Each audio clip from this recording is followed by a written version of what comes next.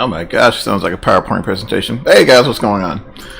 Oh man, let's see. Long time no see. Good morning, good afternoon, good evening from wherever you may reside.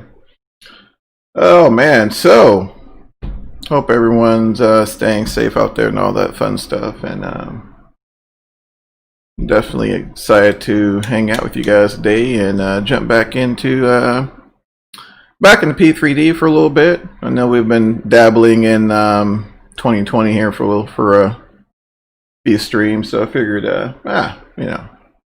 why not P3D? Get a little, get some tube lining going. So a little different. We're in the Southern Air 737-800.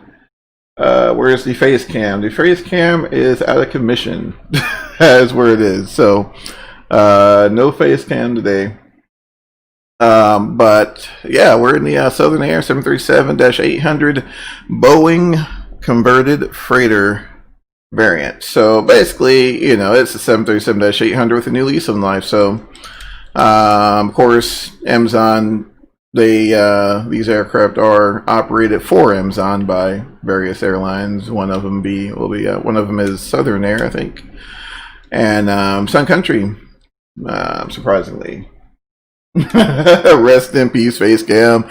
I know, man. I should have played taps here after I made the announcement. I feel terrible, but today will be that should be I don't know, hour and 20-something minute flight to Denver in the old 7-3. So we'll dive into the flight deck here. Differences, y'all. It's literally a passenger 737 gutted and set up to haul freight. I think the only differences is the main cargo light here, and you have additional fire protection systems here for the what used to be the main cabin. So yeah, that's really it, y'all. But there we go. Get a little audio action here. Hopefully the audio is okay. Might check. 1, 2, 3, 4, 5, 6. Hopefully it's not too bad. I'll bump up P3Ds as well so y'all can. There we go. So it's not too loud. Let's see. You guys gotta play around with it a little bit. Alright, let me know how that is, and we can make adjustments from there. Okay, let's go ahead and get this flight underway here. So the route, as soon as I can find there we go. Alright, so the route we'll be taking today, bring over Sim Toolkit, and I'll brief it with you. So it's saying 1-2 right there for departure out, the ship 9. We're probably going to be taking 1-7. I think winds are like out of the southeast, like 160, so 1-7. It's a little more favorable for what we want to do. And then transition off Porter there, and then transition alley 1, and then Porter arrival into Denver. Hopefully the winds are still favoring 1-6 right, and I'll be pretty much straight in there. Nothing crazy or fancy about that. So load out. Don't mind the passengers, y'all. It's really, we're just kind of looking at zero fuel weight here. So got 133,000 pounds on board today, so not too bad. Not too bad. So right now, I think where they're saying our block time will be, what's that, hour 52. Let's see, air time should be about 1 hour and 37. We might be a little faster than that though, so we'll see. We will see. Let me get that guy off of there. Boom. All right. Oh man. All right. Cool. Let's go ahead and get this settled here. So we're on VATSIM, of course. They saw Stalker jump on. It's like, oh crap, let's Let's log off. I was kidding. But I think Chicago Singer's on or something like that right now. So, but I mean, nothing for us just yet. So we'll go ahead and get this guy dialed over to CTAF at 22.8. Boom, there we go. All right. So with the help of SimBrief, our flight plan's already set up there, so we'll just bring it in and make some adjustments there. Should be good to go. GSX, I was curious to see if maybe GXX had some sort of an update for it, and of course there isn't. And to be honest with y'all, I doubt there ever will be. So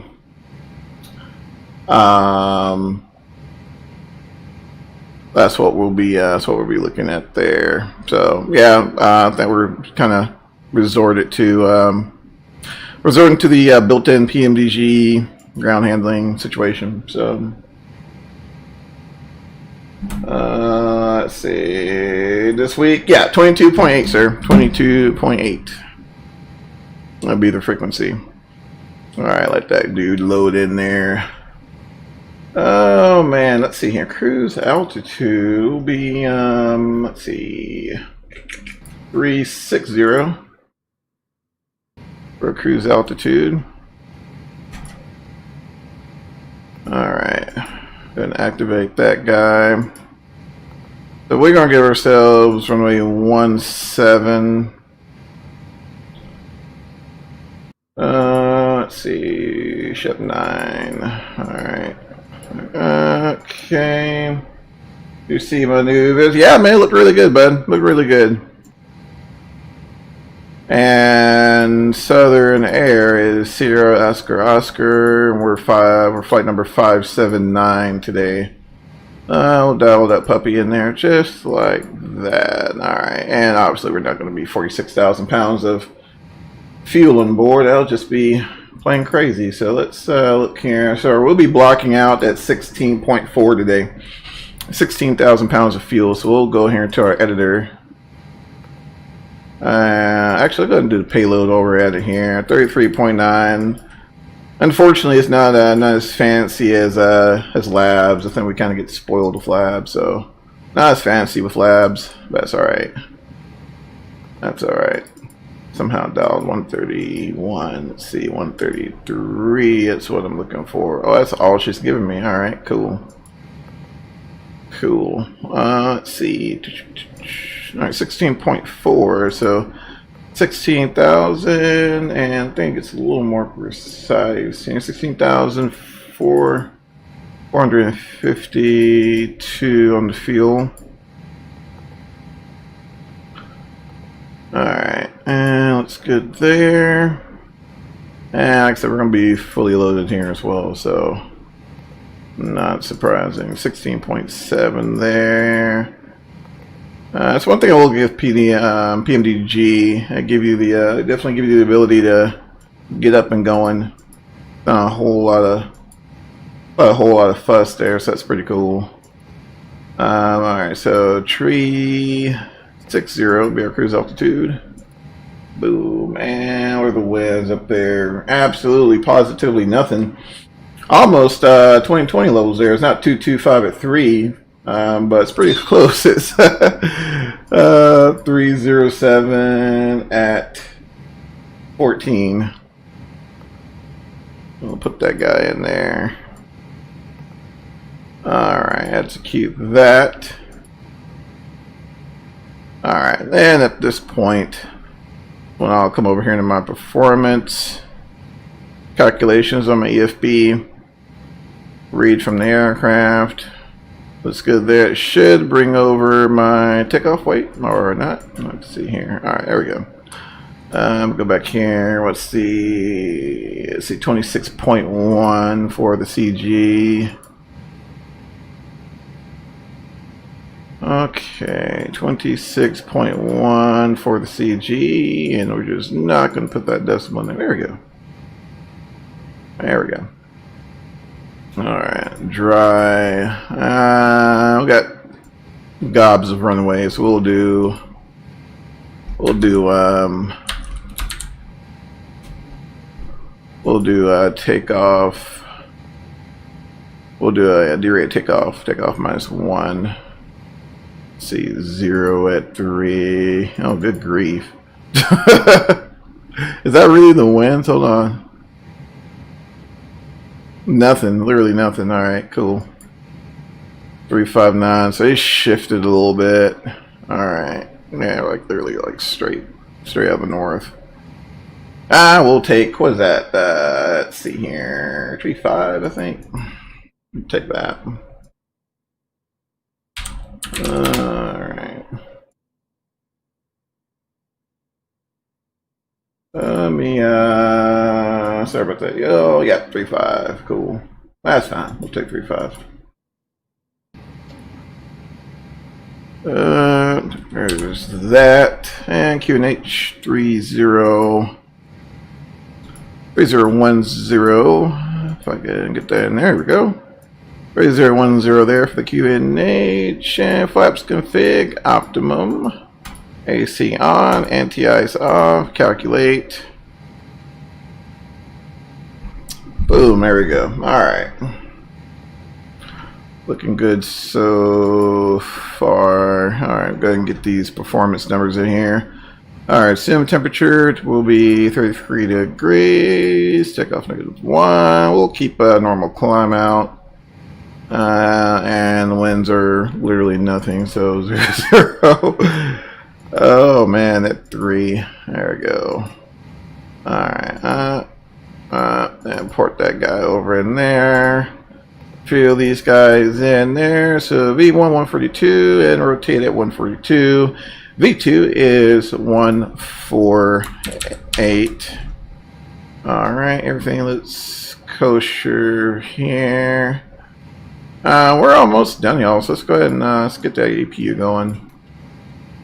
On the 700s would normally get the forward left pump on, but I don't think that's necessary in the 800s from what I'm told. So that's going to change everything, y'all. So let's take a look here. Our departure.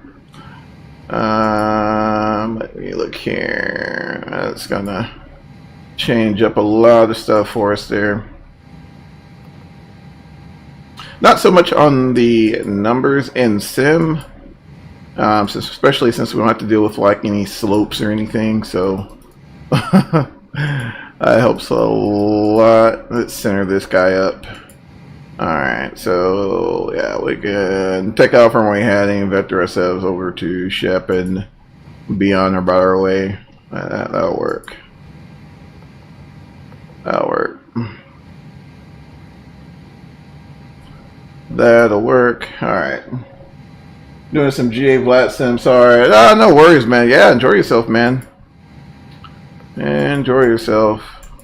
Yeah, that's really been my big thing in 2020. I've just been having a ball with the general aviation. I was not gonna lie. I know we got some options there in terms of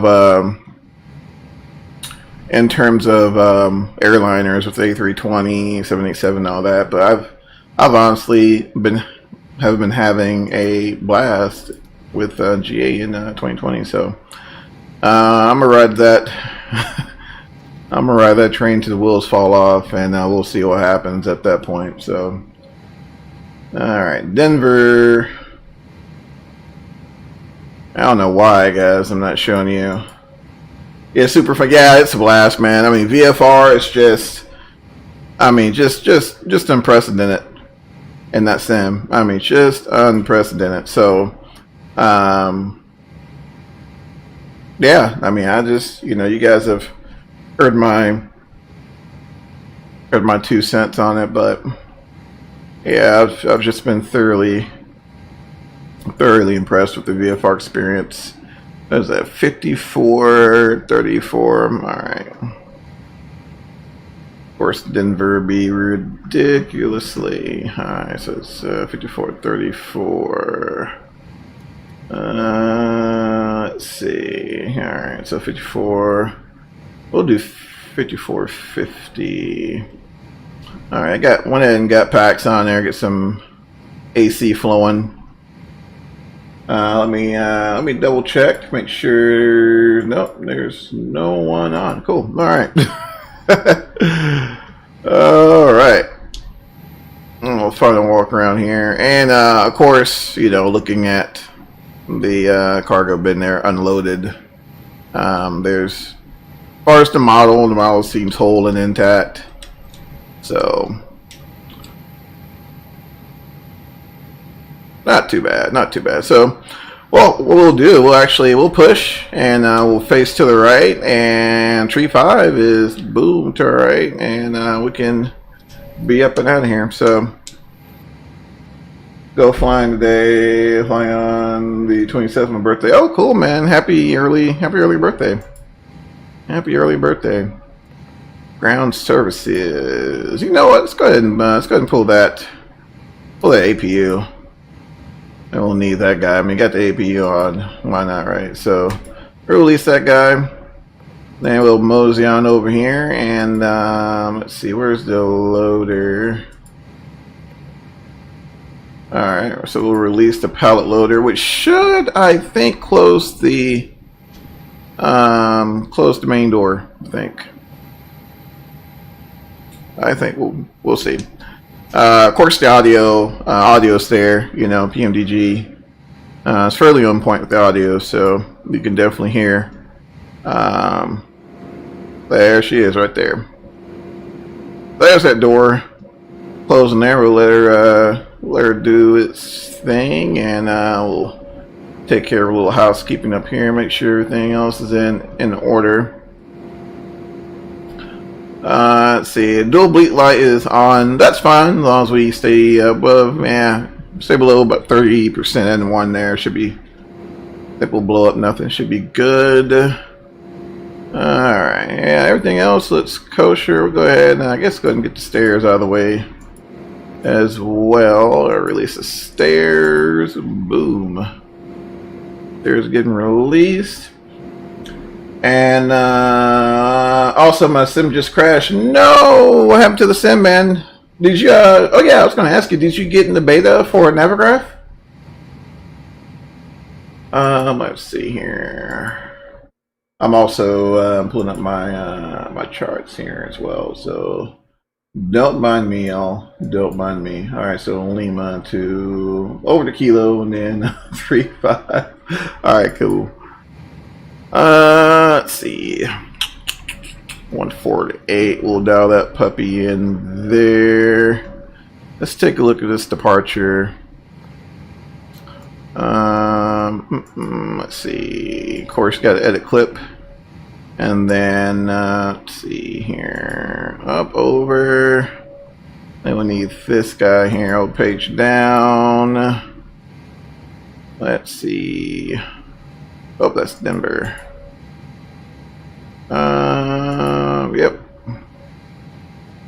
Yep.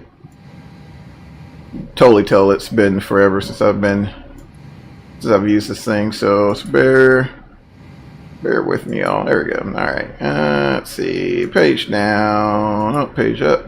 Boom. Complete. Ship 9. All right. So it looks like our top altitude is assigned by ATC. We'll just say 10,000. Of course, we'll be departing to the northwest, and we'll vector ourselves. We'll probably catch Shep there. So we'll catch Shep there out above 7,000, and yeah. So pretty simple departure. Very simple departure there. Nothing too extravagant. Taxiway map here. So we'll push back, and then it's basically Lima 3, jump over to Kilo, and boom, we're out on 3-5. So, all right, everything looks good here. Let's see. We'll go ahead and pull those chalks. No, don't actually. It's free. Is it free? Do you recommend it?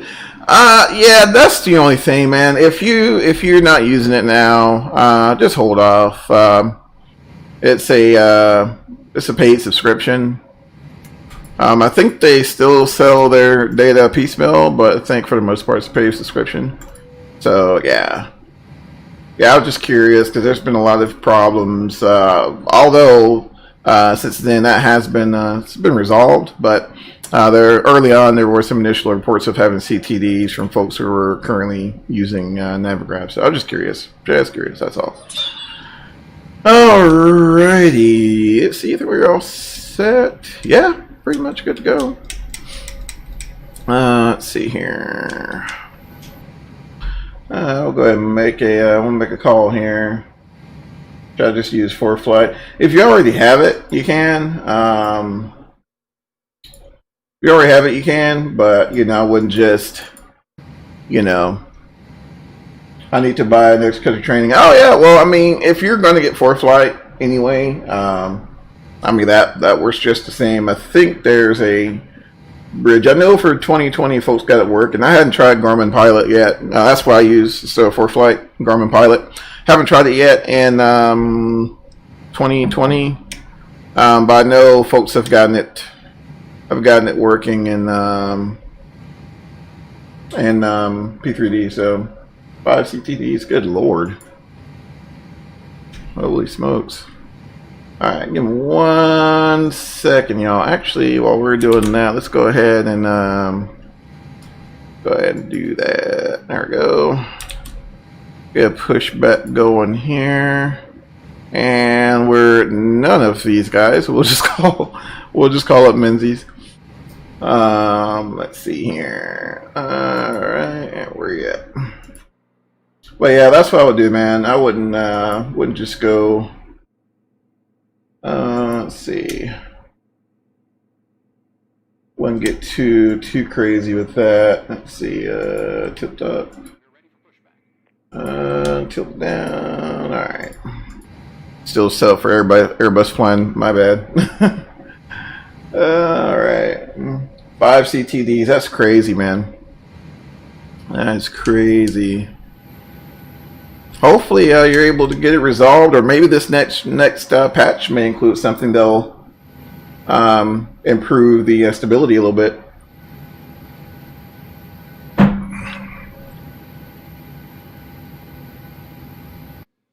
Let's see here. I've been lucky so far, so knock on something wood. Yeah, I've been lucky so far and haven't had too many problems just yet, but you never know.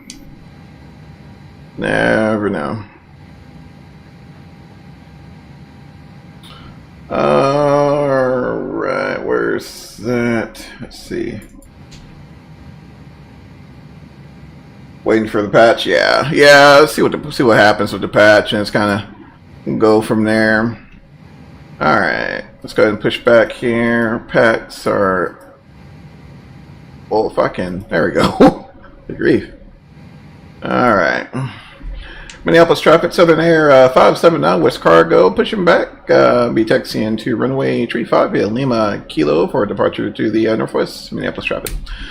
My friend's flying to the patch. Yeah, man, there's a lot of folks I've been hearing are having difficulties with it. So hopefully, you know, like I said, once that patch rolls out, hopefully we'll see some improved stability. I think some other stuff is coming along with it as well. They had a pretty comprehensive change log there. So all right, and into rolling looks pretty good, and we'll send fuel about 19-20%. There she goes.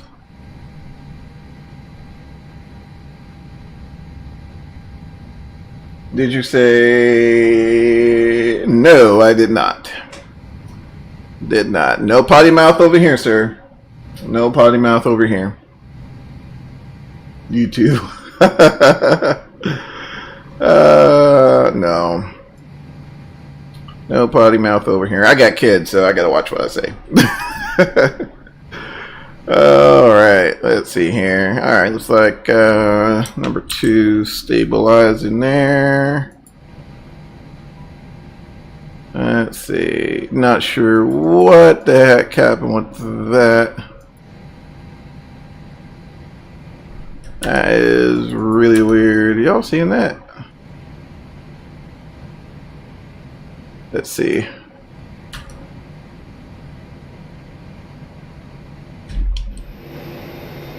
That is really weird.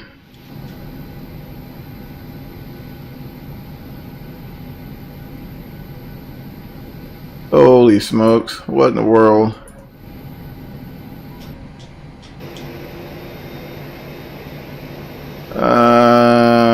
Let's see. Alright, Alright, so how did this... Let me close one window. How did that detach? Oh man, shows how much I know. Alright, we'll go ahead and confirm we gotta get started there. I'm just messing with you. Nah, it's no worries, man. No worries. No, man, I think the sim was messing with me too, bud. I don't know what happened there. Alright, so got number 2 rolling there. So let's go ahead and double check Gen 2, make sure the generator's online. Everything looks good. It's producing voltage there. So we'll go ahead and connect generator number 2, and we'll go ahead and roll number 1. There's that start valve opening.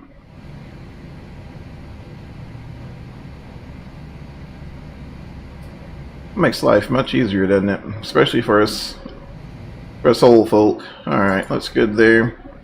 Let's see, there's N2 coming up, oil pressure's coming up, fuel flow looks good. And then we're watching that EGT there. Alright, it's coming up nice and easy. Alright, looks like everything's coming up and one spinning up there. Just kind of watching it there, make sure everything's in order. Oil pressure's lining out, oil temp's coming up. Quantity looks good. And yeah, I think the EGT is going to stabilize nice. There's that start valve there. Alright, we'll go ahead. Alright, Gen 1 looks good. We'll go ahead and get that guy online. Get these packs on, get some air conditioning going before we sweat out our uniforms, and wouldn't be no fun for anybody. So alright, everything looks good here. Get those flaps down to 5. What was that trim, y'all? Y'all remember? I don't remember. Let's go look over here. Alright, trim is 4.8 up. Alright, there we go. That's about close enough. Verified takeout speeds. Gotcha. Let's see. Get this guy on here. Looks good. Now we need to reach over here. Alright. Get our TCAS. Welcome mode C. 200. Be alright. Everything looks alright there. Everything looks good there. We'll go ahead and auto brakes RTO recall. We know what that is. That is for our yaw damper. Let's see. Let me get over here into my boom. There we go. Alright. Yaw damper. Alright. I'm spoiled. I keep thinking these guys are auto in this variant. Alright. Alright, let's go ahead and get all this set. More we can do here, less we'll have to do on departure, and we'll put that guy in hang select mode. Set for runway hang of 35. Alright. Cool. Alright, parking brakes released and taxi. Let's see, no more than 30%. We are fairly heavy, so. Alright, looks like we're rolling there nice and easy.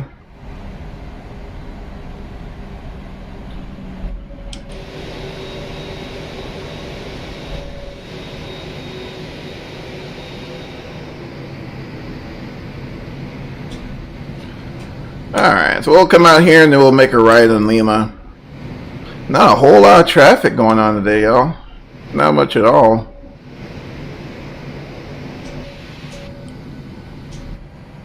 So apparently, of course, Minneapolis tends to be an area, Amazon air frequency a lot.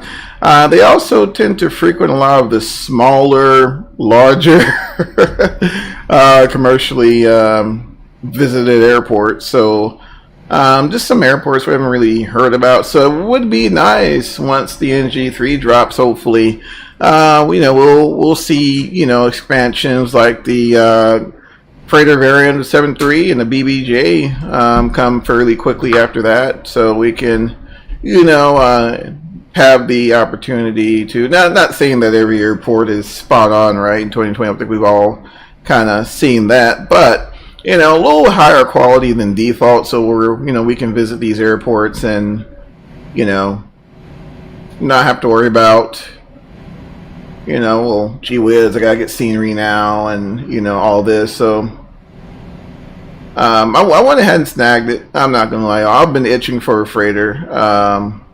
Really have been itching for a freighter variant, and you know, couldn't see myself really, you know, although it looks totally worth it from all the reviews and everything I've seen. I couldn't see myself forking over the 90 some odd dollars, I think, for the A300-600 for X-Plane. I just didn't see that, not right now at least. So, you know, I thought, well, it's, you know, the next best thing. So I figured we'll give it a try. But, you know, so far, I mean, it's, you know, it's one of these aircraft, even in real world, if you're typed on a 737, you know, and they're looking for, you know, looking for more crews as, you know, Prime Air, Start 6 expansion, you're pretty much a shoo-in, because it's literally the same bloody plane. So, I mean, not, you know, not a whole lot going on there. There's also a 700 variant. That is operated by Alaska. Alaska Airlines, I believe, operates it in the areas where they at one point used to operate the 737-200, although that airplane is no longer with us. But its predecessor is, which is the 700. So they're flying the heck. They're flying a cargo variant of that, flying the heck out of it, and in Alaska. So that was pretty cool. You know, of course, I had to do a little research on it, right? So, you know, not something that we're seeing, you know, that we see on a day-to-day basis. But I believe as Amazon increases its footprint in the industry, and I think they're looking to add, you know, a few more 7.3s in their fleet. So I think we'll start seeing these guys more and more. All right, let's see here. Minneapolis traffic, Southern Air 579 crossing runway 35 via Lima 3. Minneapolis traffic. All right, let's go ahead and cross real quick. We'll go ahead and crack that strobe on as well if I can reach over there. The logo lights on. That's all right. Oh, there we go. Minneapolis traffic, Delta 859 on base, turning on the localizer for runway 30 left. All right, it's cool. So he's landing 30 left, so we won't be a factor for him at all. Cool.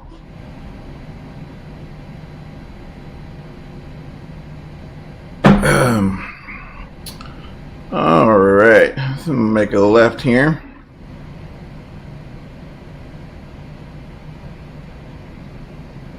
All right, been pretty decent so far. Let's see. Of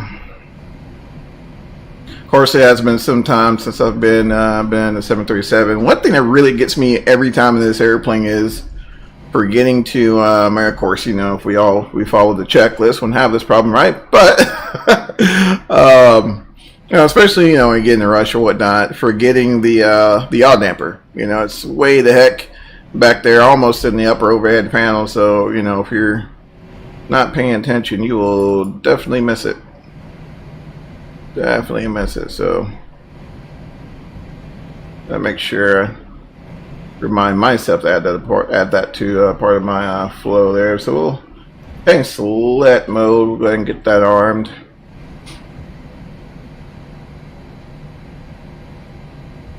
And once again, that airplane's no factor because he's landing there on 30. So I think we'll go ahead and call a departure and get out of here. Alright. And of course, let's go ahead and stop here as well. Alright. Minneapolis traffic, Southern Air 579, departing runway 35, departure to the northwest. Minneapolis traffic. Alright, let's get out of here, y'all. Let's see, landing lights on. Let's see, ignition, continuous, strobe lights on, weather radar on, auto brake set, flap set. For takeoff checklist complete. Funnel's clear, and the runway's clear. Unfortunately, no ATC, so we're just gonna use our uncontrolled airport procedures there and depart.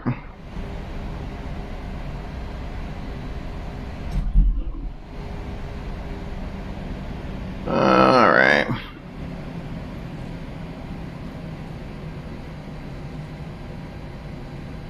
Alright, get her lined up here.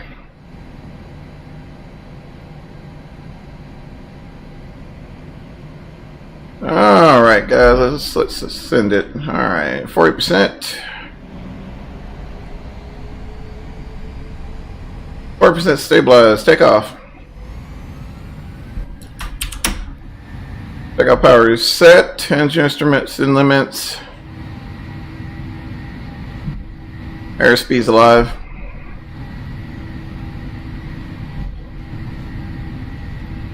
Hey knots, both sides.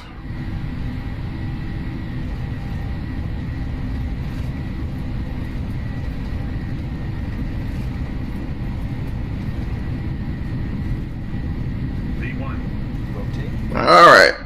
V2.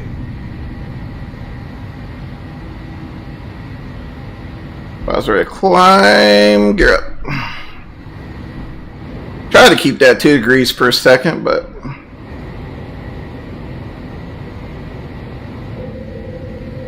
I think we're good though.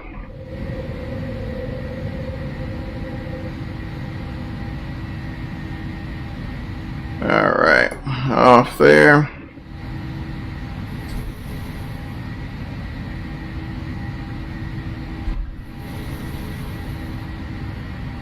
Alright, flaps 2.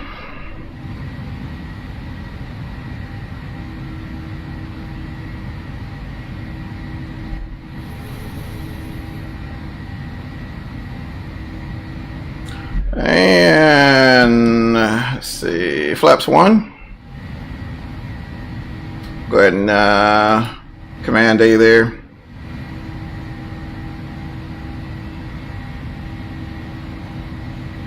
There we go. Flaps up. All right, let's go ahead and make that turn there to the northwest.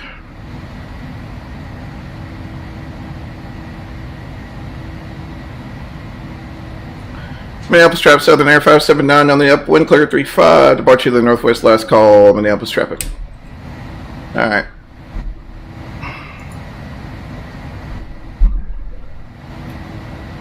Alright, y'all, looking pretty good. I'm going to get those retractables up.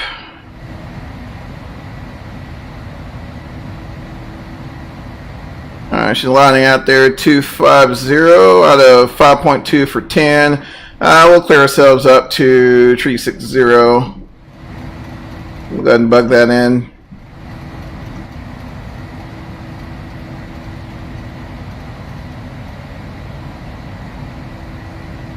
Alright, I'll blow this up for you guys. Actually, we may be able to go direct. Yeah, I think we should be. Alright, cool. We'll go ahead and we'll like 220. Give us nice intercept, and then we'll go ahead and we'll pull up our flight management computer. And what is that? Hugger, something like that. We'll direct to that fellow and hit that LNAV, and we're tracking. All right, cool. That's good. You get traffic on there. Oh yeah, this one has the VSD on there, so that's cool. Yeah, we need to be which we're gonna be. That we're gonna clear all that, so should be fine. Let's see, above 3.1 there, and above 7,000. I think we should be fine. All the way on our departure there.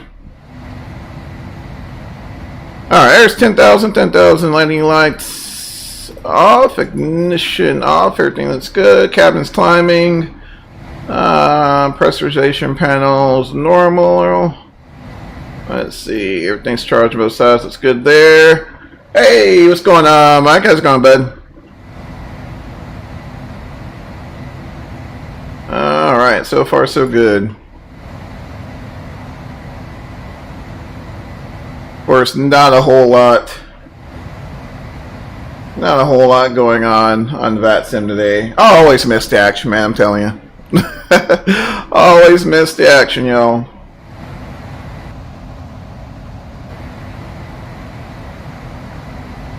Always miss that good action. This is why I think 2020 has so much potential in terms of the camera configuration. If we can get something kind of, sort of, maybe, hopefully aligned with chase plane, I think we'll be fine. Fighting with that joystick on departure out of Jacksonville. Hold on, let's hold on. So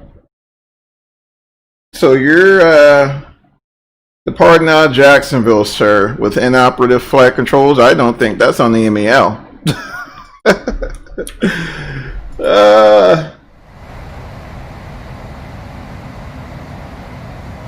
Don't think that's on the MEL, but I'm just kidding.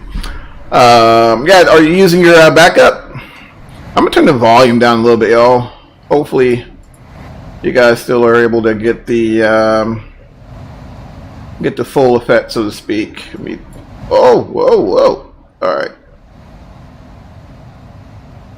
Hope that's a little better for you guys. First item on the MEL. That's awesome.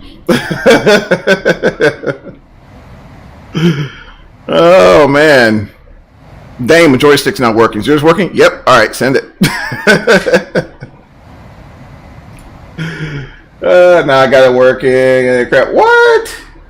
I'm telling you, man, I don't know if it's something that's, you know, a board related issue, but I had the same exact problem with my SciTech Yo. You remember when I'll be on the final, and this is the funny part. It's not like I would be on cruise or anything like that. I'd be on the final in the MD-80, so the least automated airplane there is, and all of a sudden, boom, no roll, no pitch, nothing. So yeah, I don't know. Maybe it's a SciTech thing. All right, we're at 18,000 feet, 2,900. But yeah, maybe I don't know. Maybe it's a SciTech thing. I'm starting to get the same issue with my rudders, I think. So I don't know. Might be time to slide over there to the dark side and check out that MSG crosswind.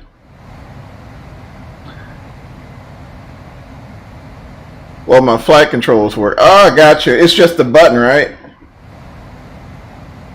It's the buttons that do that. Have you tried to uninstall? Maybe like uninstall and reinstall the software perhaps for it? Just a shot in the dark, man, because if it's anything or somewhat similar to the problems I had, it may be one of those situations to where it must be some sort of degradation or something. I think it's just fine. Just switching views and talking to ATCs and the issue. I got you. Yeah, man, you may have to set up a key mine for now. Gonna try that? Yeah, try that. See if it works out. Hopefully it does, man, because trust me, I know the feeling. Know the feeling.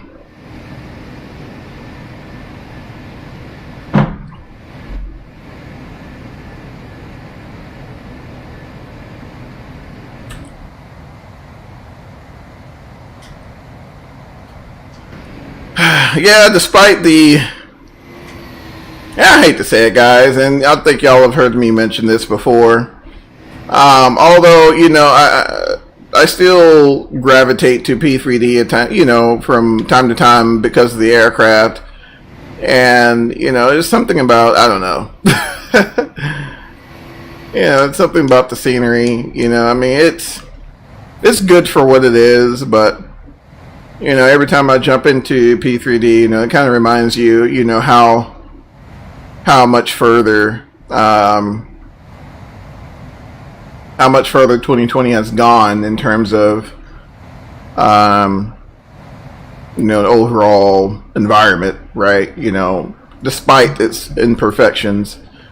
So, you know, like I said, I'm hoping, you know, knocking on wood, you know, maybe this time this year, you know, we'll start having more of a comprehensive selection of aircraft to choose from, and you know, we'll be at a crossroads to where it's like, okay, do I continue to run 2 sims or 3 sims, or, you know, do I, now that I have what, you know, I had back in past platforms, you know, is it time for me just to run 1 sim? You know, those are, I think those will be questions we will be asking ourselves here soon. One can hope. Yeah, man. I mean, it's, you know, I keep thinking to myself, my goodness, you know, how much space would I have if I didn't have P3D version 5, MFS 2020, X-Plane 11, you know, which by the way has gone full release 11.5, so, you know, Vulcan is officially part of the family, I suppose. So there's that. But yeah, you know, so we'll see what happens, as, you know, only time will tell. But, you know, looking at the rate of progression in terms of, you know, what we're getting, you know, in patches and things like that, you know, it's looking real promising. It's looking real promising there. So we're climbing. I'm going to clear this discontinuity, y'all. We'll go ahead and clear that guy there. And actually, this may change, and when I mean by change, Denver Center may jump on and give us something completely different.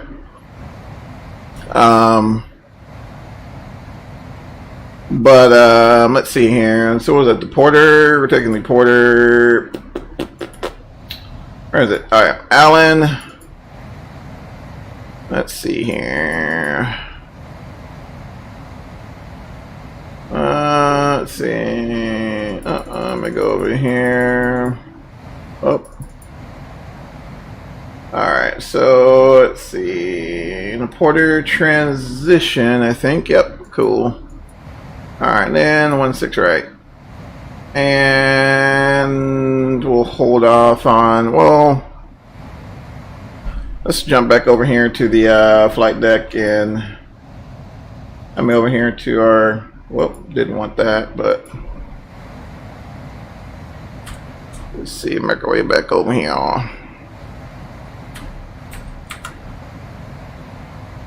Alright, let's see. Space is not a worry for me on my end. I'm just having to keep up with the updates every sim, and it's a full-time job. Yeah, I mean, that's what I'm saying. I mean, you know, I mean, in terms of space being a constraint, you know, I think is, you know, especially with, you know, media becoming cheaper and cheaper, you know, that's not so much of an issue, but it's just the sheer volume of another sim. You know, like, for example, I have 3 different, well, actually 5 hard drives total. 3 of them, you know, 3 of them are solely dedicated to each sim. So, yeah, you know, like if I didn't have 2 additional platforms to contend with, you know, how much additional the space would that be for other things? I don't know, something that's just, those are things I think about. But, there's that. But, we'll see what happens. We'll see what happens. I will say this already. I'm getting better vibes from this release experience than I have with past experiences, like when Microsoft Flight released and things like that. Kind of get that warm and fuzzy feeling as if they care. I don't know. But yeah, we shall see what happens. All right, lost my train of thought. Or 1-6 right. Yeah, that's what we're looking for. All right, 1-6 right. All right, so we'll add that to our clipboard. All right. Let's see. All right, shred. Radar fix. Initial approach fix will be Sackett. Let's see here. Mandatory 13,000 at 10. Kipper. Kylie, I'm thinking Fashioner there. We'll go put that guy in there. Execute that. And we'll call that good for right now. Alright, cool. I had to get that out of the way. I'll sorry about that. But yeah, so we'll just kind of see what happens, see how things play out. As Michael was mentioning, in his stream that already we've seen just a vast amount of freeware support. I mean, just simply unprecedented, right? Looking from, when P3D, volume 1 release, so to speak. Just the amount of support that's being put out there is just mind-blowing. And I don't even think the SDK is fully released yet, so who knows, which that's been a kind of a gripe here as well, with how the SDK is going. But hopefully when it releases, it's gonna be the more of a all-encompassing solution for for developers, and they really won't have to they can just jump in there and go instead of having to lean on developers for additional support. We'll just kind of see what happens with that. 3 weeks. Yeah, no, man, it's just insane. I went to that was it Flight Sim.2 you were mentioning yesterday, and I was just blown away. Just blown away. At the amount of options you have. In fact, there's a small airport in Texas, they touched on, there's 360 there, 1,000 foot below. A small airport airports, but small airport in Texas that was touched on that, looked really good, and went ahead and added it. And,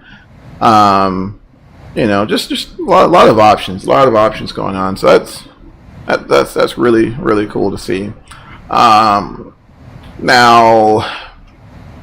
not saying that P3D is going anywhere. I mean, this thing is backed by, billion-dollar giant. So it's going to always be there for its intended use, which is for training and things like that. So we can pretty much say that it's not going anywhere. But do you guys see support for platforms such as like P3? I mean, X-Plane 11, we pretty much know. I mean, there's a solid following, solid community for that. So I don't think that's going to be much of a problem either. Thankfully, it's going to always be an option for us. But in terms of, speaking in terms of, third-party support and, freeware support. I mean, can we, would we say, who knows, 2 years down the road, 3 years down the road, will P3D receive the same support it has in the past? I mean, will developers devote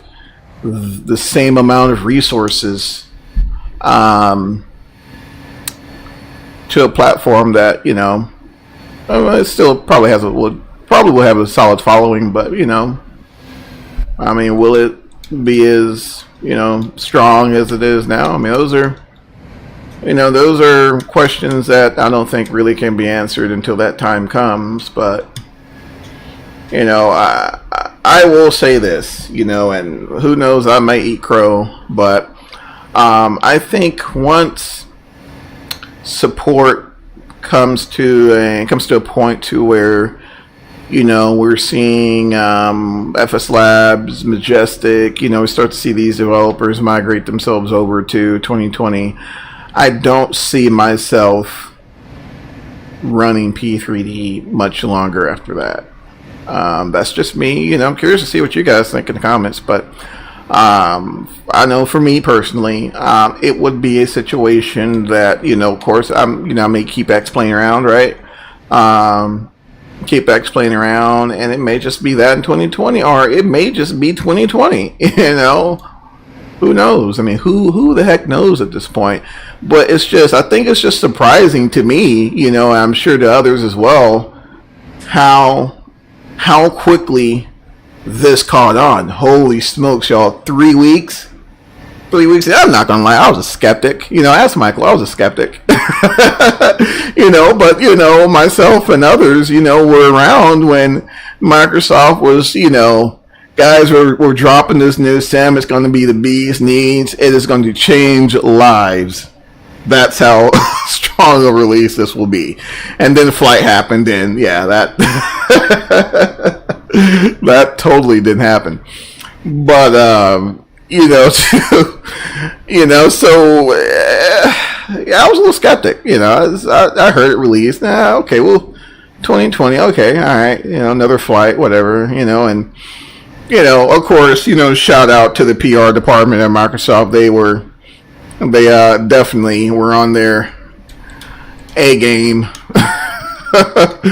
with flying everybody over to Seattle and trying the thing out and blowing people's minds. Mind you, there were I don't know. I mean, I think there were some things, even during the alpha, I think there were some things that were obviously reported, right? We're starting to hear word that, glaring issues in 2020 were reported, and, maybe it didn't meet the development timeline, or maybe that would have led to project creep. Who knows? But what we do know is, there are a lot of things that were released in the sim that were clearly broken, i.e. the winds, right? The winds aloft, 2-3-5, something like that on a good day. So that, I don't know, it kind of had you wondering, it's like, okay, what are these guys' true intentions? Sometimes I'm wondering, was it really an Asobo thing, or was it a Microsoft thing? I mean, we all know, I know those of us who kind of work in that industry, with project management. Of course, project management, sometimes development kind of butt heads, it tends to happen. So, could it have been that? Could it have been, Sobo saying, hey, we really need to finish this, but of course, the guys writing the checks are like, take care of it in the back end. And who knows? Who knows? Although, yeah, Michael, I agree with you, man. I wholeheartedly agree with you. I think that sim should not have left the door without the live weather working. The heck with the airplanes. The heck with them, right? They're default aircraft, at the end of the day. Although they're, for the most part, visually are pretty pleasing, right? Have you, let's see, hey, Mr. Woods, how's it going, bud? Let's see, yeah, you had nightmares from MS Flight, didn't you? Oh, yeah, I was, I was a part of the flock that purchased it, and it was just a nightmare, it was just, and then, then there was some problems between the third parties, and, it was just a mess, So that, I hate to say it, that incident shaken the trust, of the of Microsoft with a lot of users. So I think that's why it was 2020 was met with a little resistance from some of the what's that new term all the youngins use nowadays? What, old heads or something like that? I don't know. all the old guys here. But those of us who who were around during that time, who went through that, yeah, we were kind of we were a little concerned, right? But in hindsight, I think there could have been some things they could have been a little more open about. I really do. I think of course, you just don't want to lay all your cards out on the table, right? We don't want to do that, but especially with such a niche community as the flight sim community, I think a certain degree of openness would have been welcome, right? Yeah, I mean, you could give it to content creators and they'll show whatever they're going to show, but at the end of the day, disrespectful kids these days. Yeah, man, I'm telling you. I'm telling you. And it's that's a whole nother story. That's a whole nother conversation, Mr. Woods. Oh man. Oh, whole nother conversation, Michael. But yeah, so it's I can't say I blame those who were skeptical of the platform, because it's like every video we saw was every good thing there was about it, which I guess at the end of the day, especially that's kind of what it's for. But it just would have been nice to, of course, yeah, we had the development timeline. We did have that. They were pretty, they were very clear and concise about things that were being worked on or whatever, or their goals throughout the project. However, when's the loft? When as the very medium in which these machines that we simulate operate in, you gotta have that, y'all. I'm just saying, you gotta have that. So you're telling me no one flew in the United States. If we flew, we covered everywhere else around the world. And no one buys that. So that told me, and it happens all the time. That told me that testers indeed reported this. I'm sure they did. I'm sure they indeed reported this. But at the end of the day, it's all about the project. It's all about running the project. You got some guy with a PMP cert somewhere who is moving that project, whether he's a developer or not, right? So if the argument can't be made to effectively either adjust the timeline or trying to push it out before the fiscal year is up, who knows, right? But at the end of the day, I think it's just we're just subject to the happenings of a large company or corporation such as Microsoft. Unfortunately, that's just my opinion on it. I really think the live weather fell victim to that. Thankfully, it's it's been resolved apparently in the patch. So hopefully come within 10 days. I think guys they're saying they're gonna release the patch for it. So and they're actually fixing quite a few things. So that's pretty cool to hear. I don't know, it gives me the warm and fuzzies. But I think once they I think that first patch, of course, they had to fix a lot of immediate issues. I mean, folks.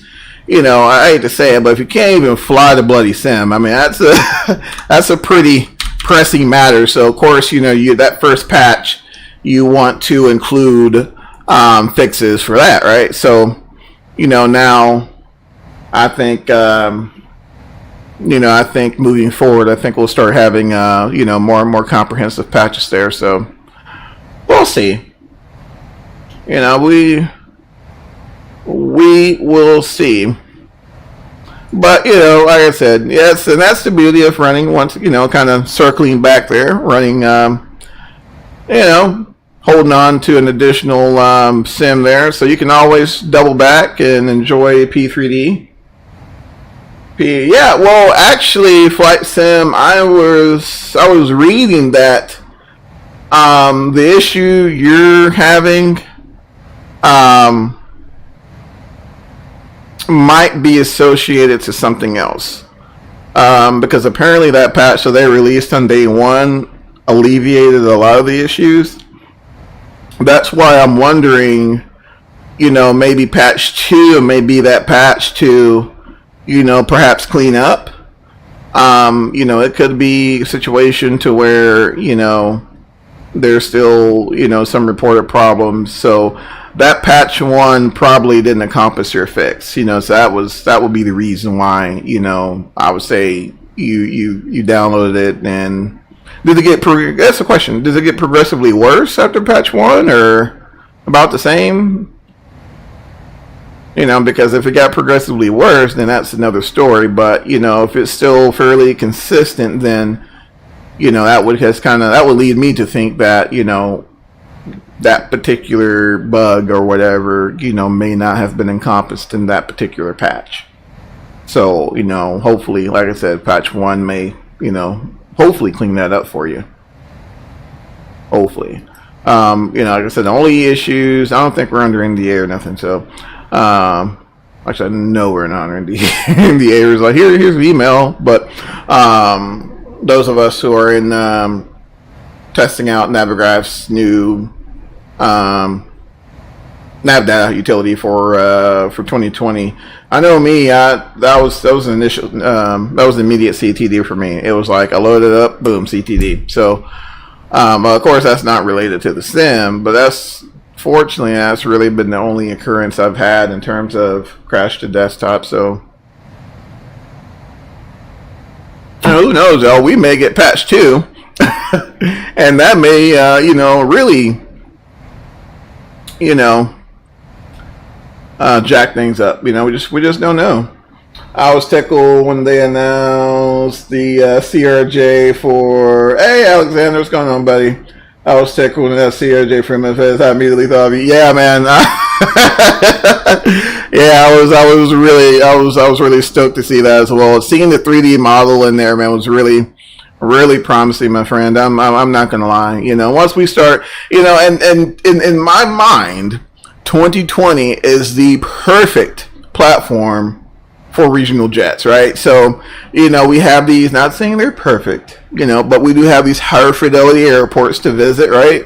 So, you know, we can hit those little short hops, you know, venture off into, you know, airports we would have never heard of unless we actually went there. So that was really promising to hear. Hopefully, you know, and yeah, I'd say, you know, I still have a soft spot for the old Mad Dog, right? But you know, hopefully at some point we'll see that, you know.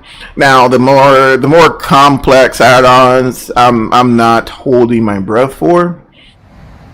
You know, hopefully we will, you know, see it maybe sometime next year. Hopefully. You know, maybe, I don't know. I'm looking for starting to see some releases, maybe like the end of Q3, you know, beginning of Q3, somewhere around there. We'll just kind of see. I know PMDG is forecasting 6 to 12 months, so that could be, you know, the tail end of, you know, Q1. You know, who knows? So, you know, we'll just kind of see what happens. But I think that's kind of dependent upon, you know, how quickly they get this whole SDK fiasco resolved. I really do. Hopefully I can get it, you know, get that resolved quick, and you know, we can start seeing development really take full effect. I mean, heck, man, they're already going to town on the seniors. Have y'all seen some of the seniors already? And then I loved how they, you know, introduced a price point to where it's, you know, it's competitive. You know, it's not that, what, $30 for some of them, you know. That would have really been a buzzkill for for a lot of us who've already paid for these things. Like, okay, so I mean, it's still a % off, but I don't know. But you know, I mean, P3D. I mean, for what she is, it's a solid sim. You know, I mean, this model here looks really good. Really good. I know another fly roll take in this freighter is jump up to Alaska. I think Anchorage to Unacleat or something like that is a trip they run a lot in the 700 version of this. So that'd be really cool to see. That's definitely on my list of things to do. And like I said, y'all, in fact, I'll probably, you know, jump on 2020 at some point today as well. You know, a lot of times, y'all, I hit this, you know, it's one of those things. I love just jumping in there and doing pattern work, you know. Of course, you know, I kind of have to be careful with that, especially with the, you know, if, you know, you do, you know, fly real world, kind of be careful with that, you know, because I found, you know, you start kind of developing habits. So, you know, I try to be mindful of that. But, I mean, in terms of the visual cues in the pattern, like for my home airport, for example, all the visual cues are there. You know, it's like, okay, I'm going to beam the numbers, boom, pulling power back, you know, boom, you know, I'm turning, making my big select here, and, you know, all the, you know, little quote-unquote landmarks we use are in sim. So that's, I mean, to me it's just mind-blowing. The downsides, though, you know, I think with being, of course, you know, those of you who follow the forums have, you know, heard a lot of folks, you know, wondering why they didn't use Google Maps, which yeah, you know, to me, Google Maps is a little more current, but I mean, y'all, it's Microsoft, so I mean, I don't know. I mean, let's say worked out this massive deal at some point, you know. I don't know. It's kind of weird, but yeah, I don't see that. I don't see that being something that will be, you know, officially backed. So, but heck, there are people already, I think, shoehorning that, and somehow they shoehorn that into the sim. So, but you know, I mean, not sure what happens with when it updates, but apparently that community folder isn't affected by updates. So, I mean, that's, you know, that's something there. But you know, just a lot going on in the industry right now, y'all. A lot going on. You know, and it's a good thing. You know, I think for years, y'all, for years it's been stagnant here, and you know, now all of a sudden we're getting all this. I mean, the AVATSIM forums have been exploding. You know, the Facebook groups have been exploding with, you know, new inquiries and the folks, you know, just coming into the industry, and you know, that's so refreshing to see. So refreshing to see. You know, new faces entering the industry. You know, which in turn will drive third-party development. You know, hopefully we'll get more third-party developers in, and you know, it's just, I mean, I think nothing but good can come out of the whole situation there. So, you know, those of us who are in the forums who tend to, you know, post a lot, you know, and you get that new guy in there, be patient. Just be patient. It's the only good things to come, my friends. Can't go backwards. It's only get better. Amen, man. Amen. Yeah, that's and that was one thing I was really looking for. I mean, even if the sim was a complete, you know, I mean, just complete turd. You know, it would have, you know, just by the ability to bring, you know, new faces into the industry, I think would have been a positive as well. But fortunately, you know, in my opinion, that wasn't the case. So, you know, we'll just kind of see what happens now. I have been noticing this noticing this quite a bit as well. But you know, a lot of folks have had problems with performance issues.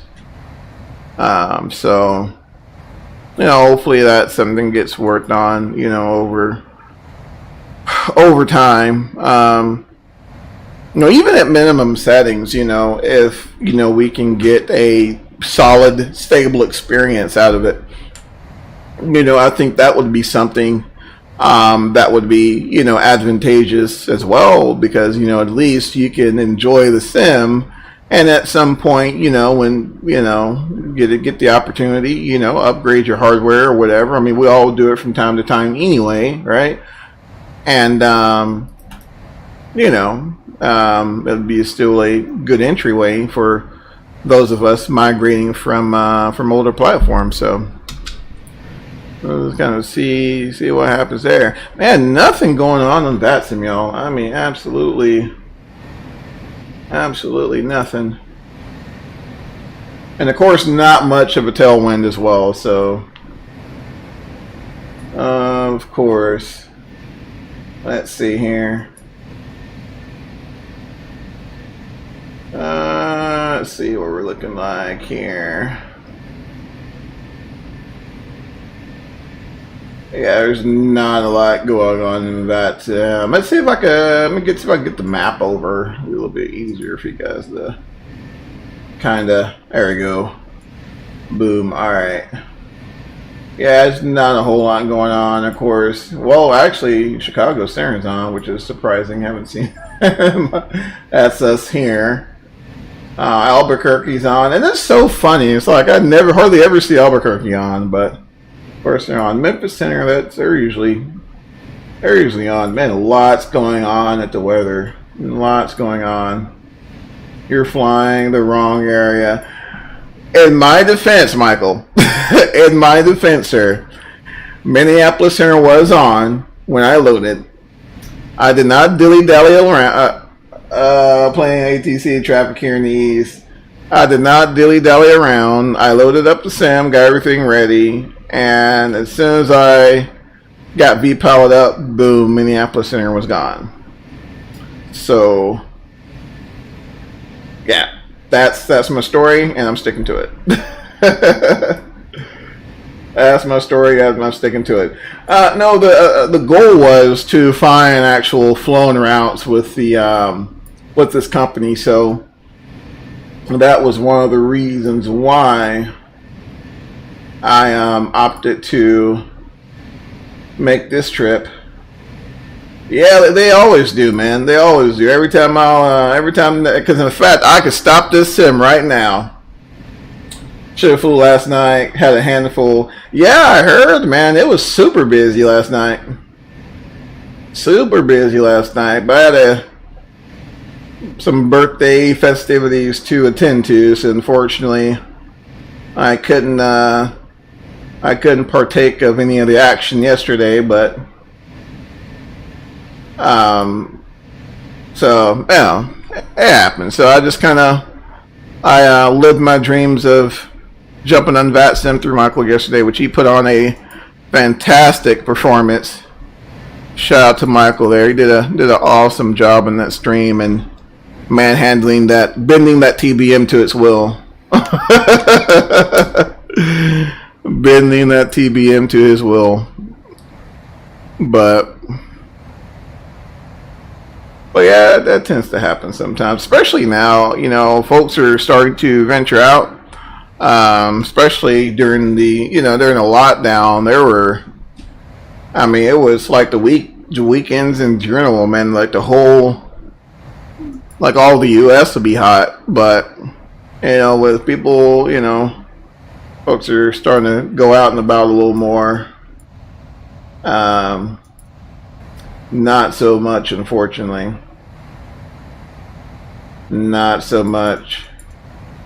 But yeah, I see you. I see you leaving out of Jacksonville there, man. Where are you going, Michael? Heading out of the heading up to the if I could talk, it'd be awesome. Heading up to New York.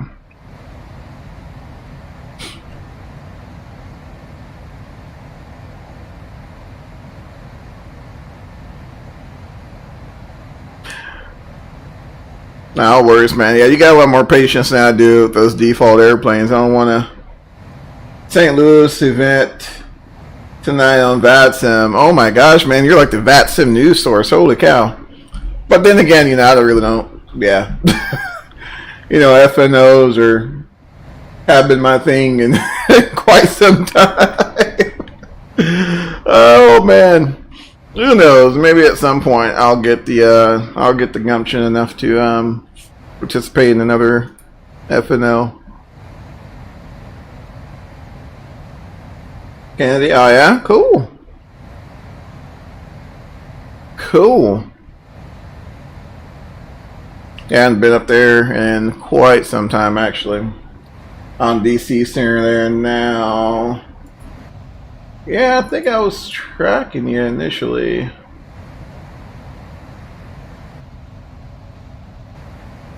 Yeah, I'm surprised. I'm surprised the Atlanta Center isn't on. Normally they're hot around this time of day. Not sure what happened. Memphis is on.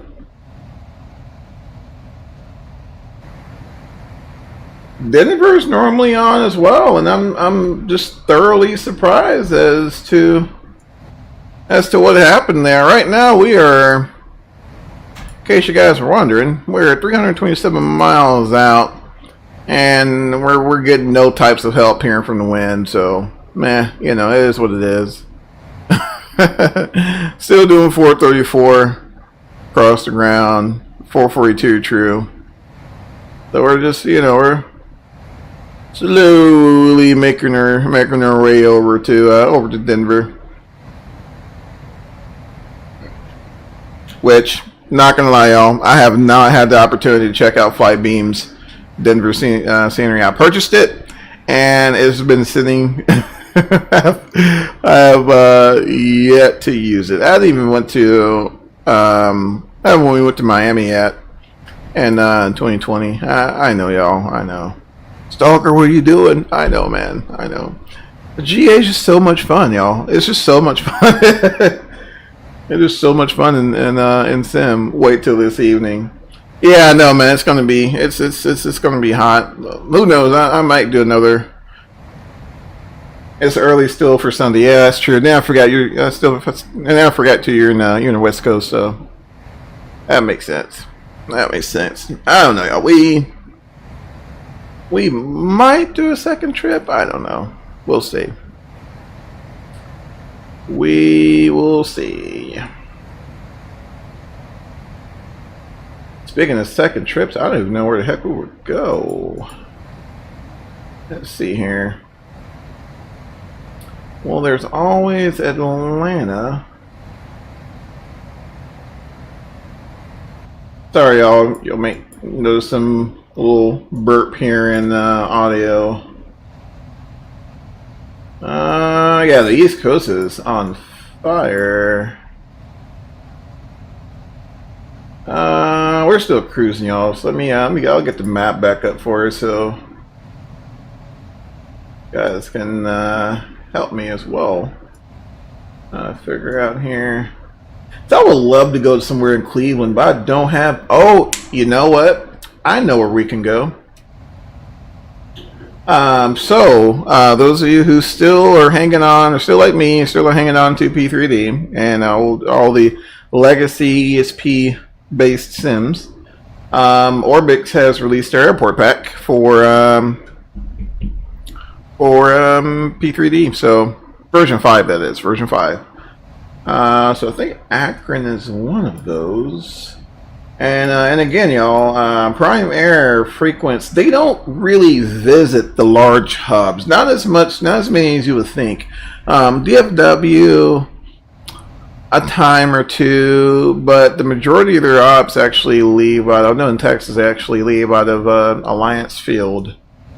But looking at some of the places they visit is really not, I mean, like I said, there's a few major hubs there, but there's a lot of, like Class D airports, like they tend to frequent. So there's Jacksonville over here. I don't know, y'all. I don't know. I'm thinking that will be a journey, though. Decisions. Man, look at the weather. Oh my gosh, look at the weather down there. Whew! I think there's actually a hurricane on the way as well, or a tropical storm. One of those. There's thick grits on its way here to the States. There's DC Center. There's Richmond. I don't think I have scenery for Richmond though. See, these are the problems we would not have in 2020. Just saying. I mean, of course, unless the airport's completely jacked, but you know, even the ones that are totally off are few and far between in 2020. But you know, it's as I'm looking here, I'm looking at a lot of the airports that I would have scenery for. So you know, it's just kind of one of those things there. You know, it's just one of those things. I don't know. We'll think about it and see. We'll think about it and see what happens. Let's see what happens there. At least heading to the east, we would get some sort of tailwind at least. Alright, let's see where we're at. About 200 out. Okay, I guess we'll at least start. Go ahead and brief our approach for right now, unless they unless they jump on and when we're on the final or something. I don't know. Let's see, here's the LA1. Let's load up here. So there's Porter. As far as altitude restrictions, really not a whole lot going on up until we hit head, and then speed restriction 250, below 210, above 160, then flail at 17,000, 15,000, and then of course we're gonna be let's see, what is, I think, what, 17, I think 16, yeah, 16. Yeah, so let's, we have to go back to our, because we may have to make some changes here in relation to what we initially said the approach will be. So let's see, flail. Let's see, Jep, Hazelt. Alright, so yeah, we're going to be, of course, we're going to be laying to the south. Let's see, I need to pull up the approach for 16, right? Oh, heck, I guess Kipper then. Alright, then what we can do here, of course, is zoom this guy in, and then throw this guy in plan display. Zoom out of here. There we go. Makes life a little easier. And boom, isn't that pretty? Look at that. All nice and well drawn. Sweet. Looks good. Looks good. Alright. Alright, should be good there. Yeah, actually just about to start the arrival here in a little bit. We're crossing the Porter. One thing I am wondering, though, I don't have a whole lot of experience in the whole freight hauling, but curious what the turns will be in these things. Are they 30 minutes or? I'm sure if they're palletized and nice, pretty ULDs we see in the sim, one would assume that it wouldn't be too crazy, but then again, could be wrong there. All right.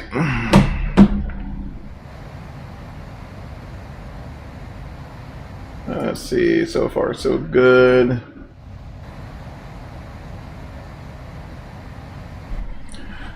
But yeah, it's true. It's still fairly early today. So, of course, I'm sure we'll be on the final, and everyone will decide to jump on. I don't know, guys. I'm thinking somewhere, if we were to make a turn, I'm thinking somewhere in Ohio, perhaps. I'm not sure. Let's kind of see what happens here. Kind of see what happens.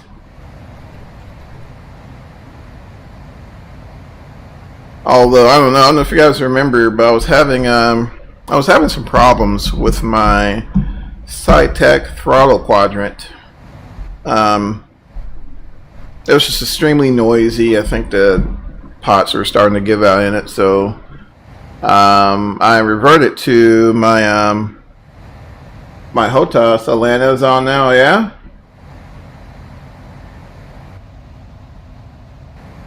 Yeah, I've been kind of watching them there. Ah, yeah, I see them. I see they just... Yeah, so the entire eastern seaboard's covered right now. Yeah, I see that now. I see that now. And there's Cincinnati, but of course, I don't have scenery for Cincinnati. And I think Cincinnati is also a huge prime air hub. A very large prime air hub.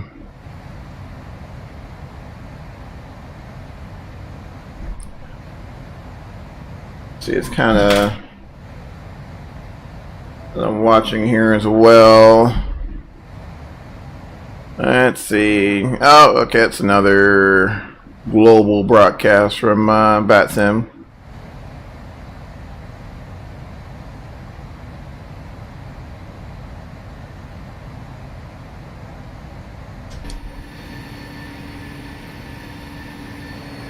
It's venturing out here. Fairly clear in the Midwest, though. Not much weather today, actually, which is pretty nice. Pretty nice. I love the paint there. That's why you fly in Touche, sir. Touche. No more worrying about scenery. Touche. Which, brings me back to, like I said, hopefully, this time next year, we won't be having this conversation, by that time. Hopefully we should see, more support from third party. We'll start getting more tubes in. IFR flight becomes, a little more bearable. And yeah, no, you're exactly right. We would not be having this conversation, but I don't know. I've never flown into or out of Jacksonville before. Nice to be able to finally do it.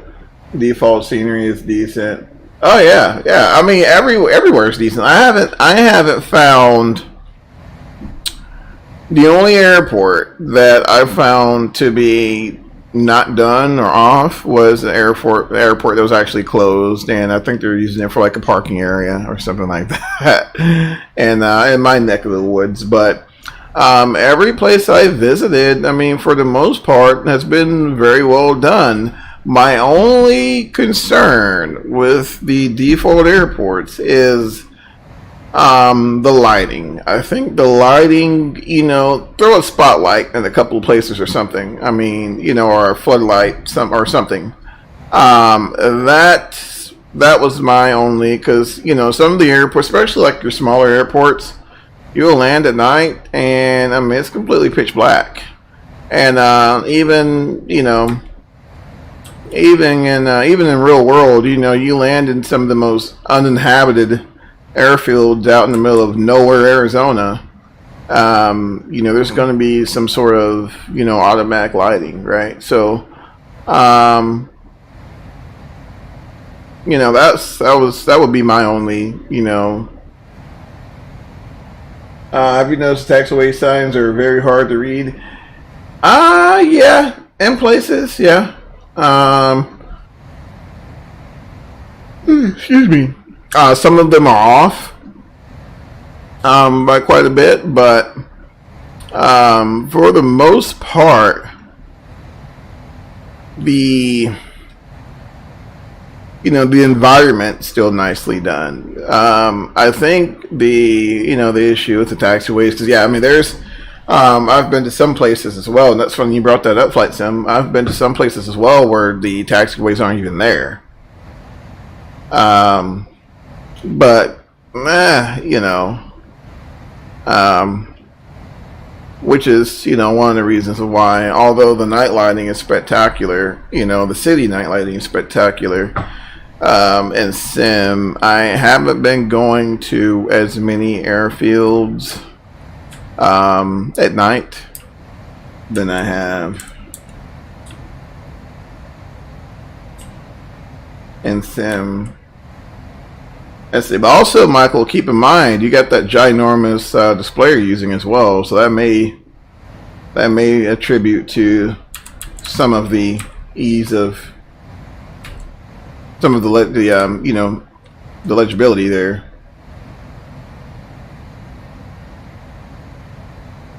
Really, I'm talking about, right? Yeah, that's what we're referring to as well. Michael said they're easier to read. I myself hadn't had a big issue with them, but the only issue I've had in terms of taxiways is the taxiways not being appropriately labeled. If that makes sense. 45-inch 4K Sony TV. Oh well, I'm not sure then, bud. I know, but I'm running 2. I know in terms of legibility for me, it's been okay, but like I said, that's, you know, like for example, taxiway Bravo may be taxiway Alpha or something in real life or whatever, in some of the smaller fields I've been to. But that's it. That's the only issue I've had with it thus far. Where do you recommend flying GA at? Man, wherever you want. I mean, it's 2020. Go, you know, go out, see the world. The world is your oyster, or whatever that saying is. Man, you got tons of options in 2020, man. That's my, you know, we were talking about problems. That's my biggest problem, is trying to figure out where the heck to go, because there's so many different places, you know. I think next time I'm going to focus a lot of my flights over to the east.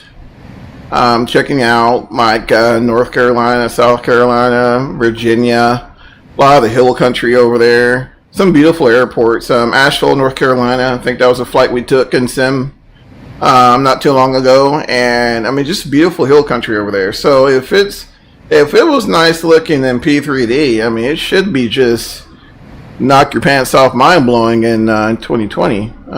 Just saying. I mean, not recommend knocking your pants off, but you know, pretty close to it.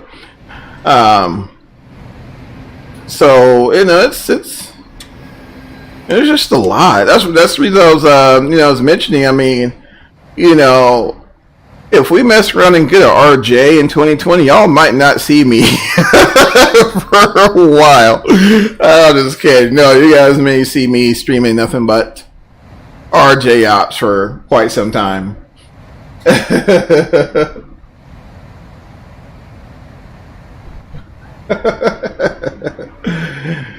Abandoned airports in the middle of the ocean. Yeah, I mean, it's insane. It is freaking insane the amount of freedom you have in that sim.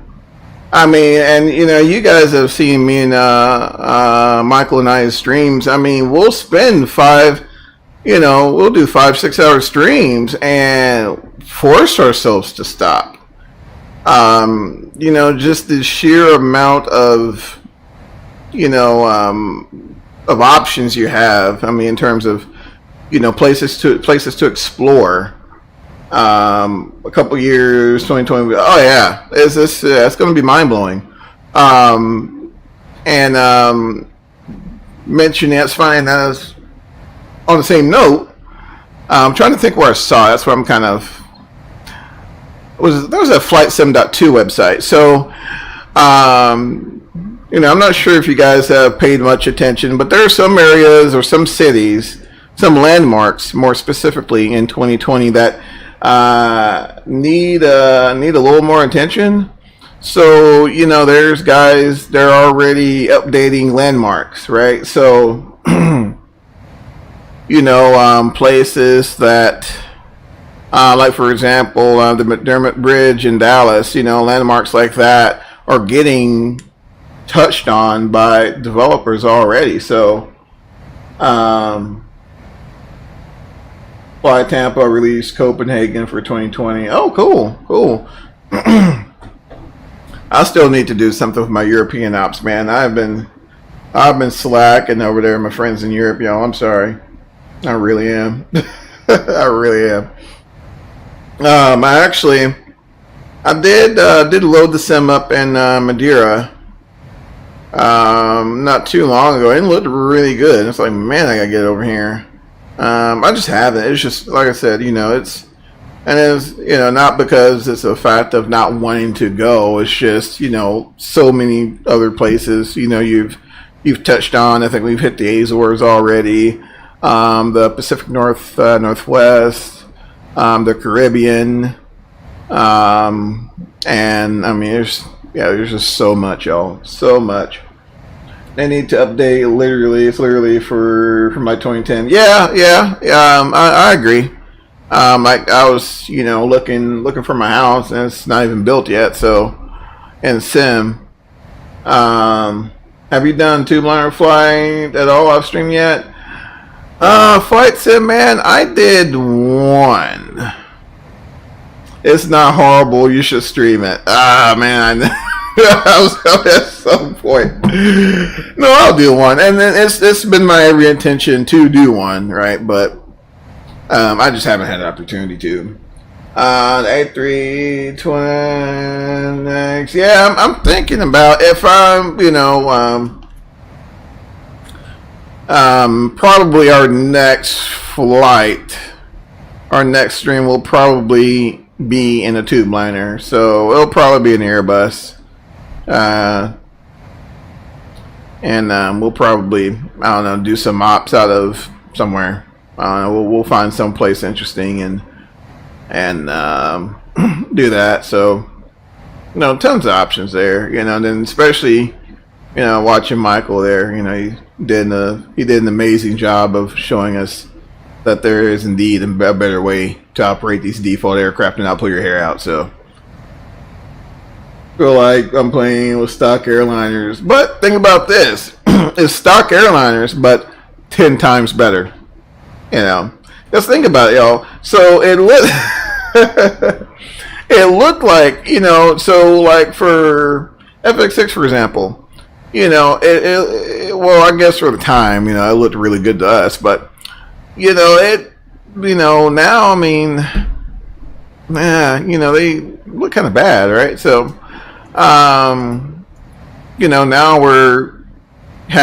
we have default aircraft that's leveraging on the latest and greatest, in rendering technology. So, you got that, right? And it's flyable. It's not bad at all. Just so used to, yeah, man, we get spoiled. I mean, there's no sense in me lying, right? I mean, we're spoiled.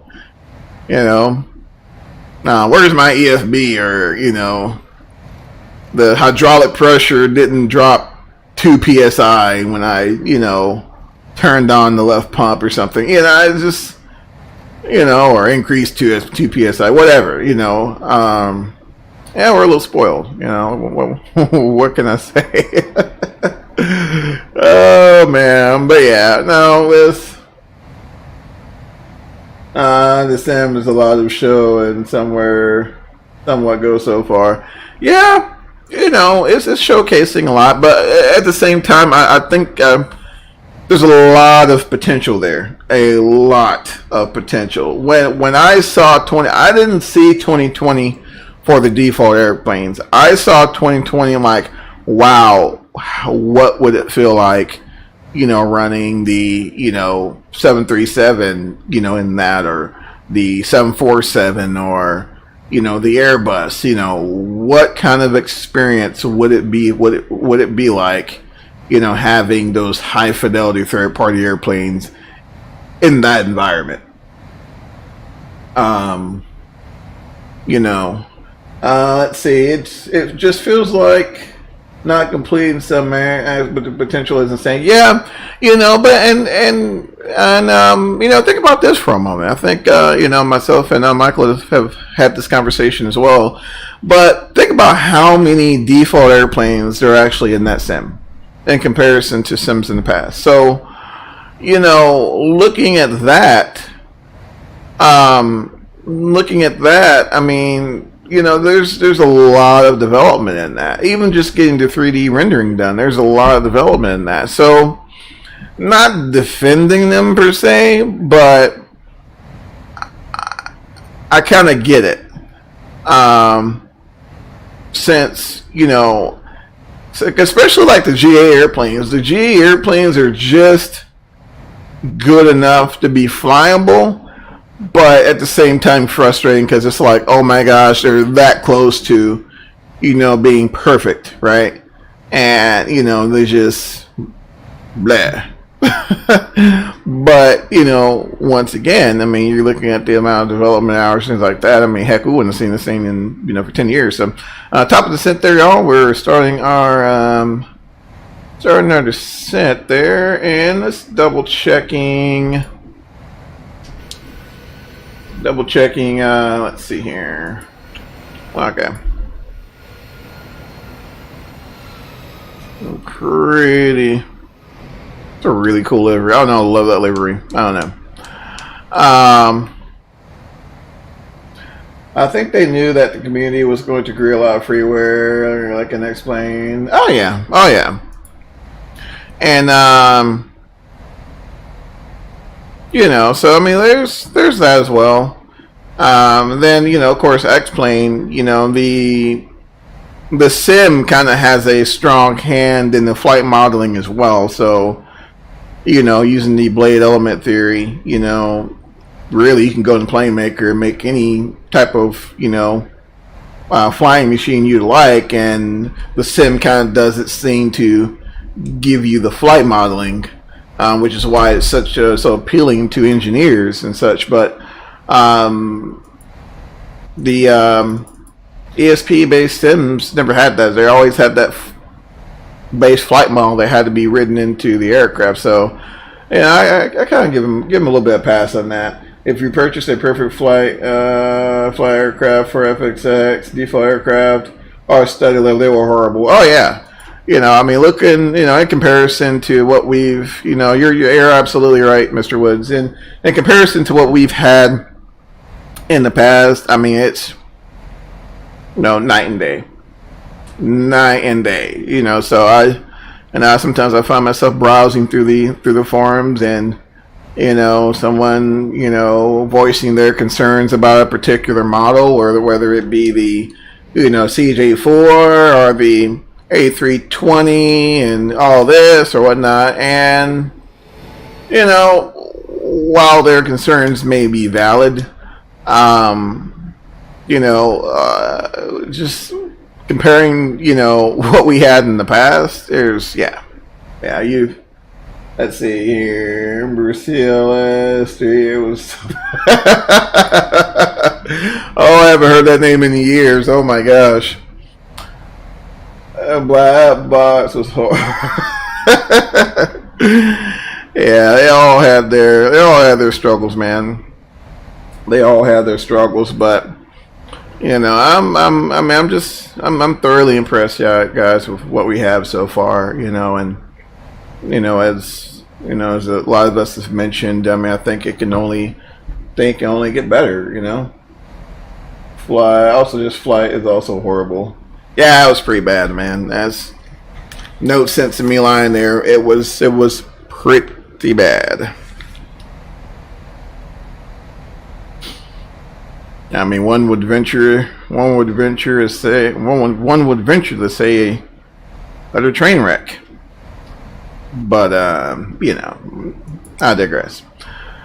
Oh man! All right, guys. So we are on our descent. On the descent there into Denver 16 right. We'll already briefly approach for the most part. Should be straightforward, y'all. I think the hardest part of the whole approach is going to be slowing this bad boy down. I think that is going to be the hardest part of this approach. Let's see. Take 1 second right now and look at the CLS right now, and you will laugh so hard, man. I don't even look. In fact, there's another LGR, guys. If you haven't had the opportunity to check out LGR's channel, they do a lot of the tech history, and they did a pretty good coverage of flight sim, of the history of flight sim. So those of you who are just coming in to the industry, first and foremost, welcome. But yeah, check out what we had to deal with in the past. I mean, it was, yeah. You know, it was definitely it was a unique experience. The imagination was definitely leaned upon, and yeah, I mean, we kind of made do with what we had, but even then, you know, it was still groundbreaking, right, compared to, you know, what we've, you know, coming from, you know, Pong and, you know, games like that, or hold on, yep, I said the G word, said games, you know, but YouTubers got 2020, it's so cringe. Well, that's a good thing, you know, that's a good thing. My thing is this: when I first got into the flight sim industry years ago, it wasn't so much of, you know, oh, I want to get this to, you know, simulate whatever. You know, it looked like a pretty cool game. I looked at it as a game, right? And I think at its core, I mean, there's, you know, still a little bit to that, right?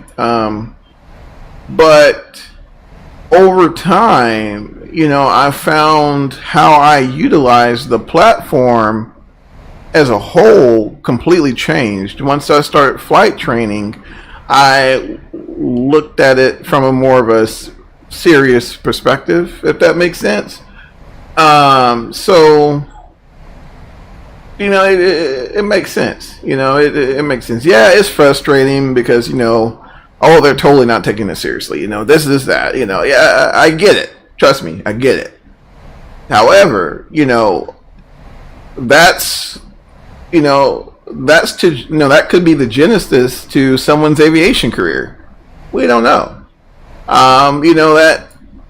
I mean, we just don't know. So, while, yeah, you know, it's, you know, yeah, I mean, some folks, I mean, it may be for to get views or whatever it may be, but at the end of the day, you know, I don't think I've ever seen, you know, yeah, there was a few articles here and there, but I can't tell you how many times 2020 has already been on CNN, right? I mean, you know, if you're depending on what, you know, news outlet you favor, but whatever. You know, IGN's, you know, has been covering it pretty closely. So, you know, I think the publicity is good. Definitely think the publicity is good. You haven't seen flight sim hardware prices after 2020, 200,000. Wait a minute. Hold on. A Thrustmaster T 1600 joystick, $600? Holy cow. Holy cow. Let's see, if you're a YouTuber with 3 million subscribers, you're not going to become a pilot. No. Well, who knows? You know, you may want to buy an airplane one day. Let's see, BBC has been covering it a lot in London. Oh, yeah? Yeah, I mean, there's, you know, just naming one, but, yeah, I mean, the coverage has been pretty strong, and, you know, quite frankly, you know, it was, wow, you know. Look it up, bro. Oh my gosh. Let me see here. See, 1600 the mic. Let's see.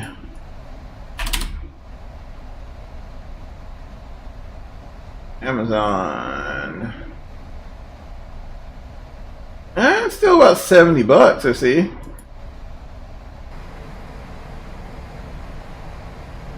But no, I know they that honeycomb throttle quadrant, man, they want they're wanting a kidney for that thing. Good lord. All right, looking pretty good here. Let's go ahead and make a call. Never tried Southern Air 579 is 777 to the northeast of the field. Out of 210 down to 14,000. I'll be shooting the ILS for a 16 right approach.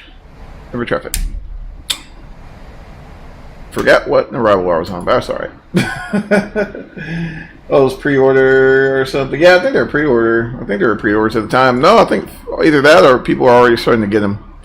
I'm thinking folks are already starting to get them. I think there was one guy in ABSIM who said they already received his. Walmart T1600. That's insane though. I mean, I bought my 1600 for what did I get it for? I bought it for $39, I think. $40.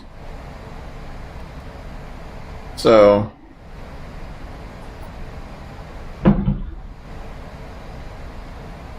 even at $70, that's a little pricey for a basic joystick. Although I will say it's probably, if I had to recommend an entry level joystick, that'd be it. The 1600.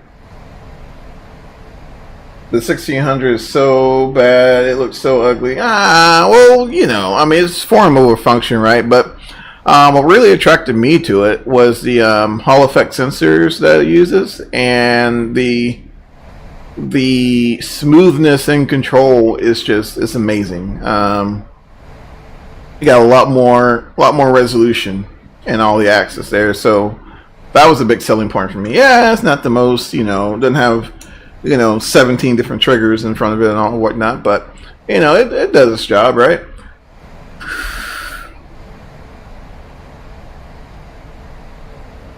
Looks like a cyborg. Bleep it out for YouTube. Oh my gosh. Alright guys, let's see. We are about to hit head here. So I think there's a speed restriction here as well. Let me go ahead and tap on the old speed brake there.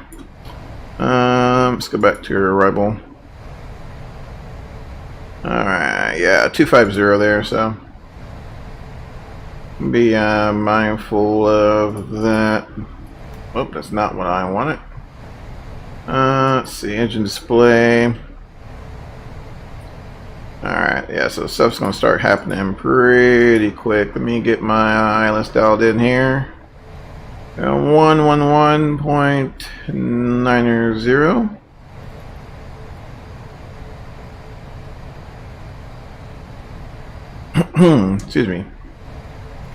Alright. Did you pre-order the honeycomb throttle? No, not yet, man. I'm gonna wait till all the fuss dies down, and I may snag me up a copy. Oh yeah. Oh, for sure, for sure. There's no doubt about that, my friend. Alright, transition altitude there. Yeah, I'm gonna still ride that speed brake a little bit here. I want to try to get it under a profile. Looking at our VSD there, I think we should be good to go still.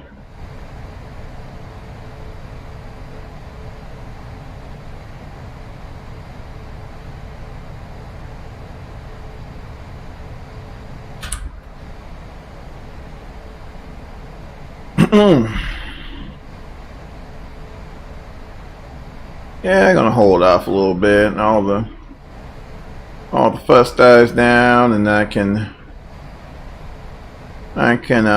make my order, and I'll be there the next day.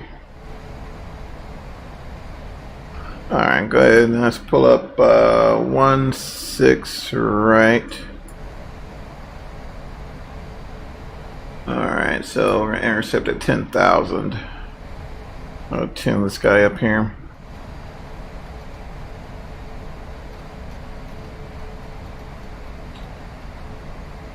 Let's see, 10,000 there.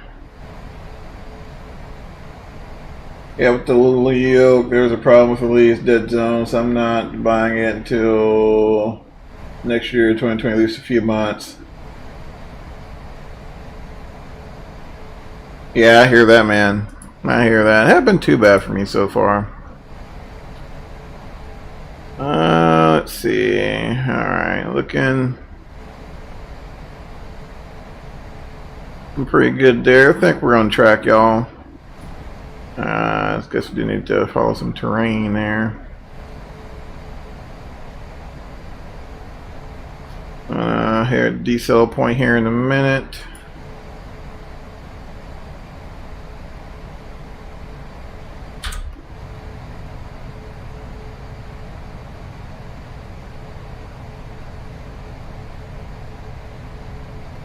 Alright.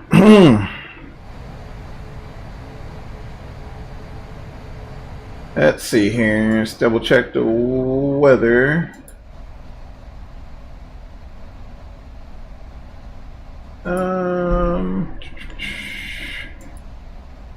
Alright. Okay, still coming out of the southeast there. Should be good. Alright, guys, I'm going to go ahead and that initial notch of flaps there.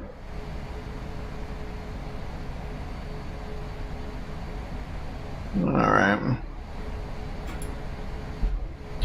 Denver traffic, Southern Air 579 is 40 to the north of the field. It'll be entering a left base for me 16 right. Denver traffic.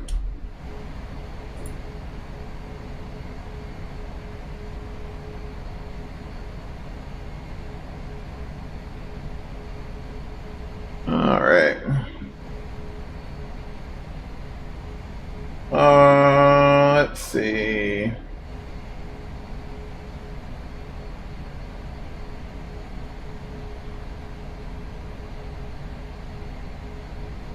Looking pretty good. Let's go ahead and flaps 2 there.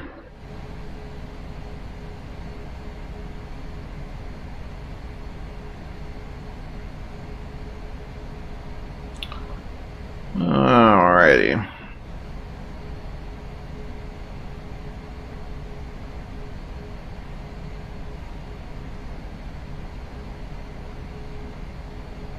And we'll hold off for the time being. Should be good. Let's see. Is it good for a long-term career airline pilot? Yeah, I mean, so you know, so what you make of it, and fix sounded. Yeah, I mean, those look really good. It's at the end of the day, man. It's all what you make of it, man.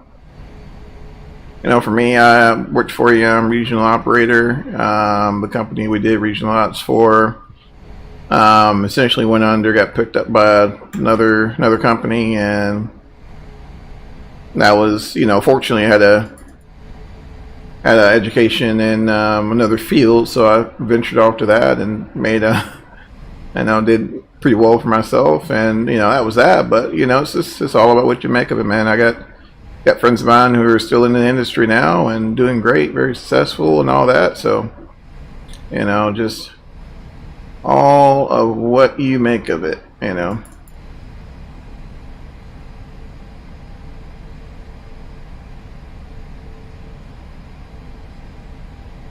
Let's see here.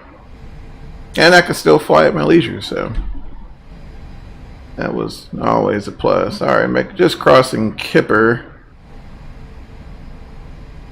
Peg, yeah, from what I hear now, it's pretty good.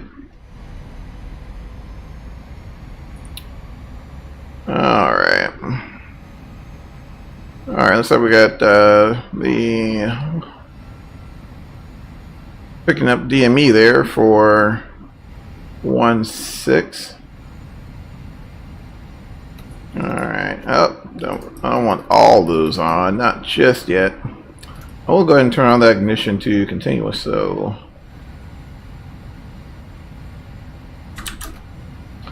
arm a speed brake.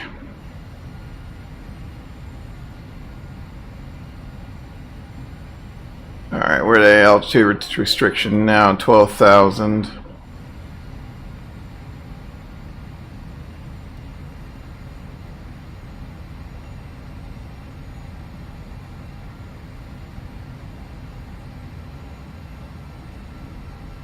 Alright, there's that. There's that turn there. Denver traffic, Southern Air 579, starting to fall, runway 16 right, Denver traffic.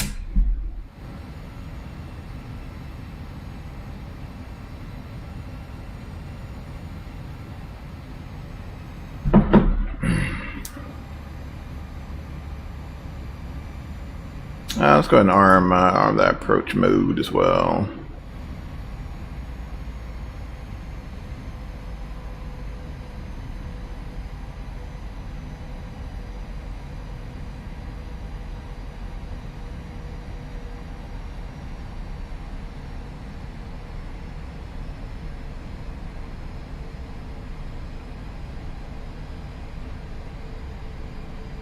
Alright, looking pretty good there. Let's see here. Everything else up top looks good.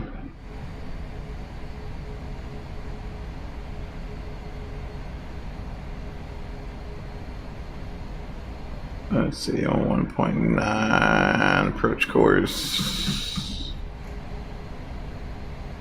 Let's see here. That is not right. Let's see here. My controls.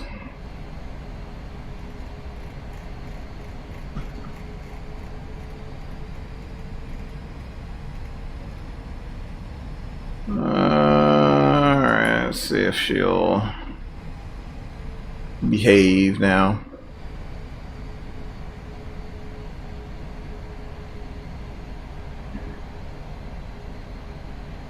Denver traffic, Southern Air 579 is on file, runway 16 right, Denver traffic. Denver traffic, that's 67 on 10 mile final, runway 7.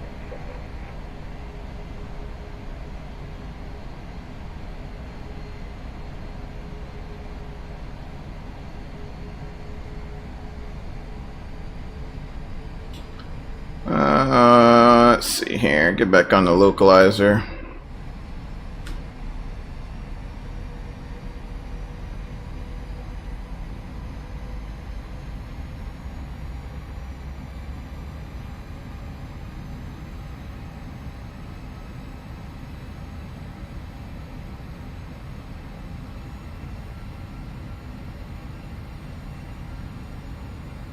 All right. There we go.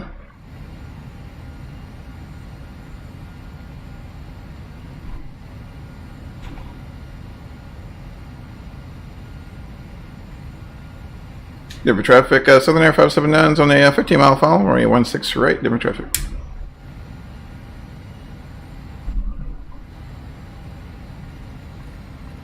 Alright, gear down. Landing lights extended.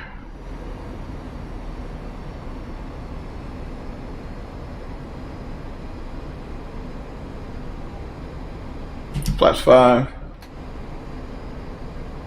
When you fly on VATSIM, is it connected to all sims like here people? Yes sir, 2020, P3D, and X-Plane. Alright, reset that. Let's see, 145.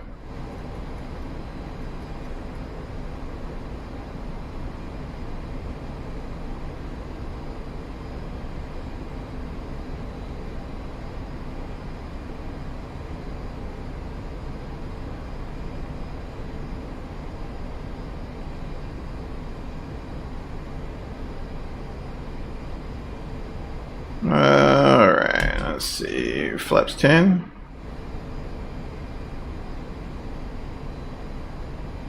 I'll go ahead and grab flaps 15 as well. Alright, cool.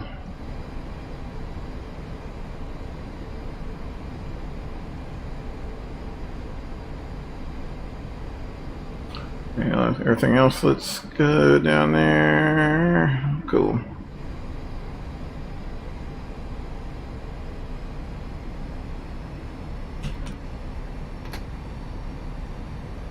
There's flaps 25.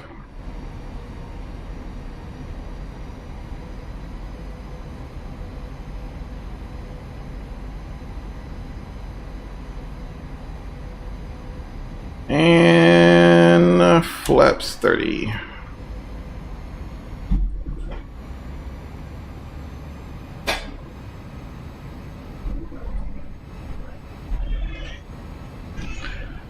And it's been a while, guys, so I'm gonna go ahead and get the airplane. So my controls.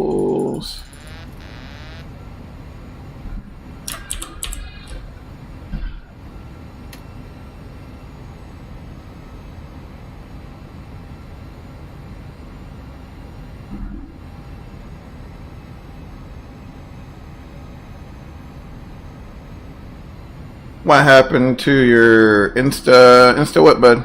500.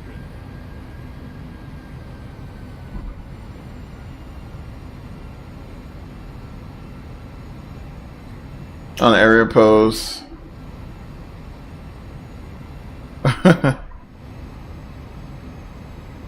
Alright.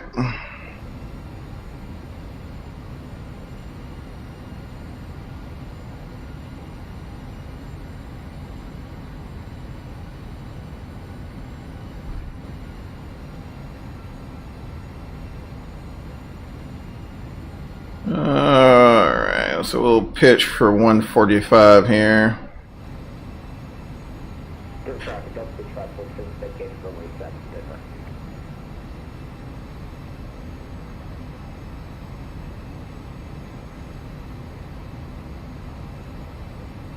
Let's see here. Oh, what it is about 737s, but they seem to love approach at about, I don't know, anything in the 60s on the N1 seems to be pretty good for the airplane.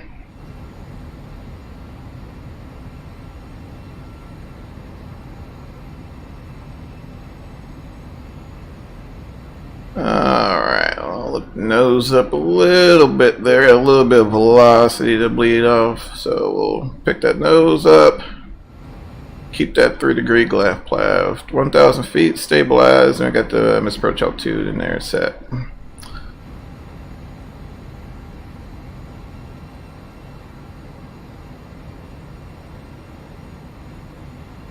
Alright, we'll come back on that power here a little bit. Y'all got a bit of a wind shift, that's alright.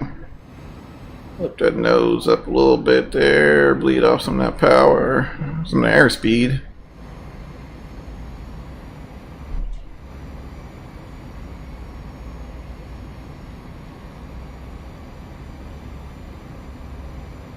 Alright. 100. Alright, looking good. Got my aiming point. 30. 20. 10. Alright. Get that correction out of there. pressures.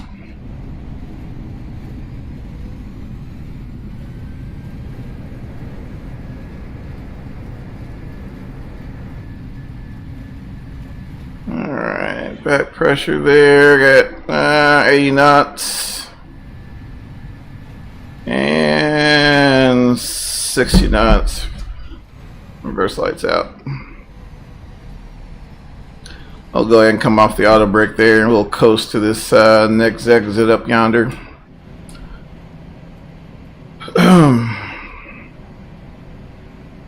Got about 14-mile taxi, so just heads up. Alright, bring up speed brakes here and get the airplane cleaned up.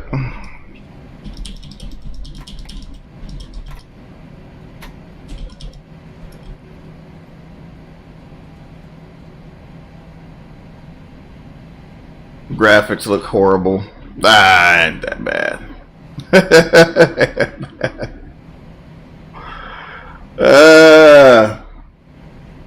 3 weeks and we're already spoiled by 2020, y'all. I was kidding. Thanks, Sarah. Appreciate it. Thank you, guys.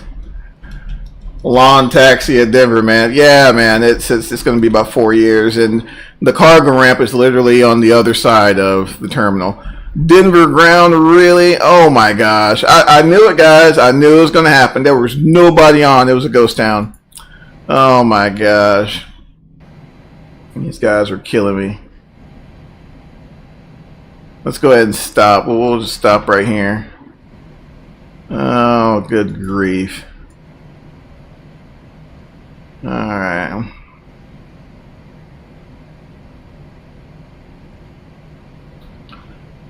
All right, it never fails, man. It just, I tell you, it just never fails. And the guy's not even on tower, right? Oh man.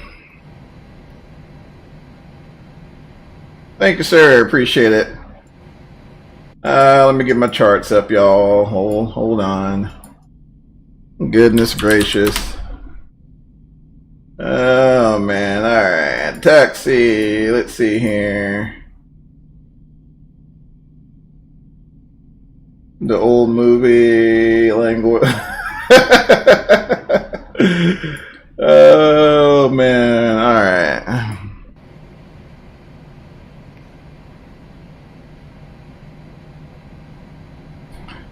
Good grief.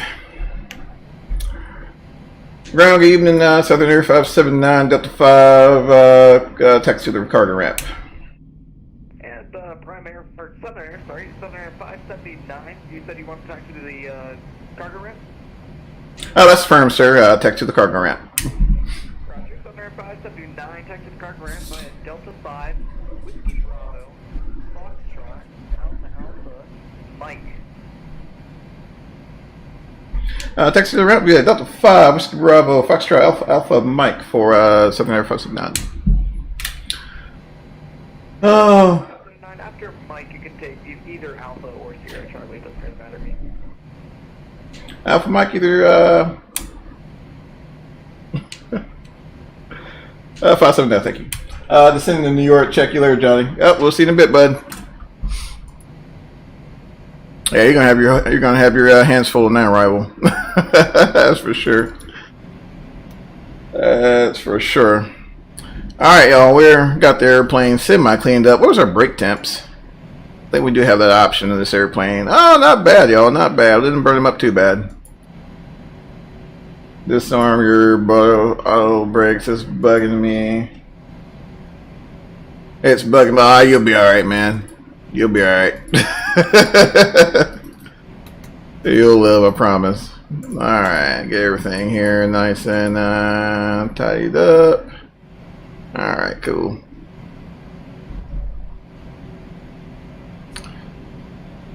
Oh man, yeah, it was a good trip, y'all. Good trip. So Whiskey Bravo, what did he say? Foxtrot. Let's see, Foxtrot Alpha Alpha. Good night. You know, it's going to take us 13 years to get over there. Hold on. Let's see here. All right, Whiskey Bravo Foxtrot. Let's see, to Alpha. Sorry guys, I'm looking. Okay, so Alpha's all the way down at the bottom. All right, cool. All right.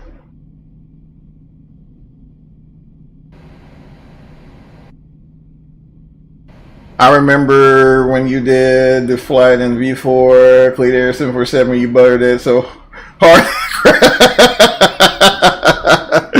Oh man, I didn't know what. I was so confused. I was, you know, I felt like one of those announcers on the football games, right? You're like trying to run replays or figure out what in the heck happened. I mean, was it a goal or not, right? So I don't know. It was one of those things. Takeoff was so smooth, the gear gave out. No, I think we just had some problems, man. I think we just had some problems on that one. That was quite the adventure. Quite the adventure. Oh man.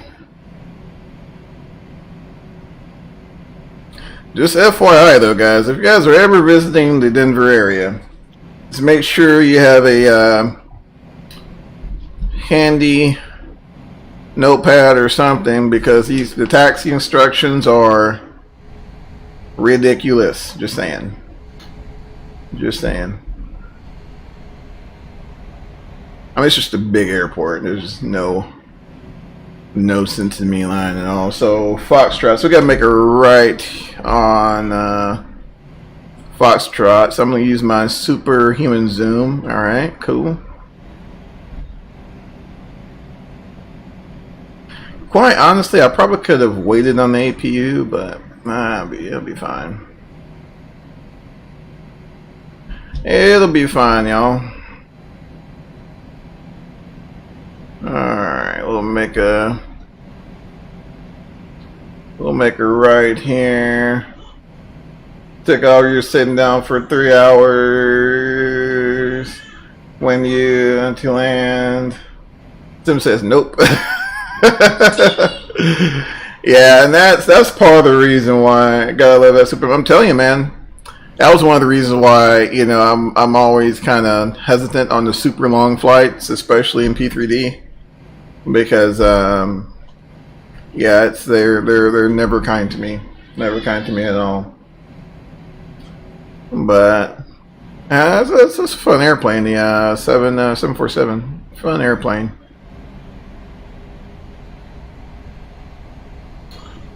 Alright, so we gotta go all the way down here, y'all, to Alpha. He said either Alpha Sierra or Alpha. He didn't care, so be fine. Jump outside here and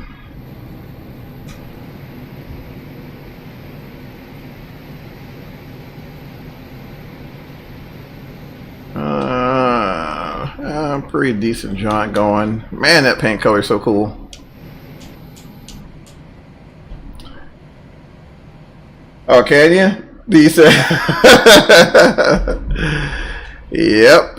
Hence why I am not able to stream as much as I used to. He doesn't like P3D. No, he probably doesn't, man. Probably doesn't. Yeah, we'll take. No, we'll take Alpha. We'll take Alpha. Be a little bit closer where we need to go.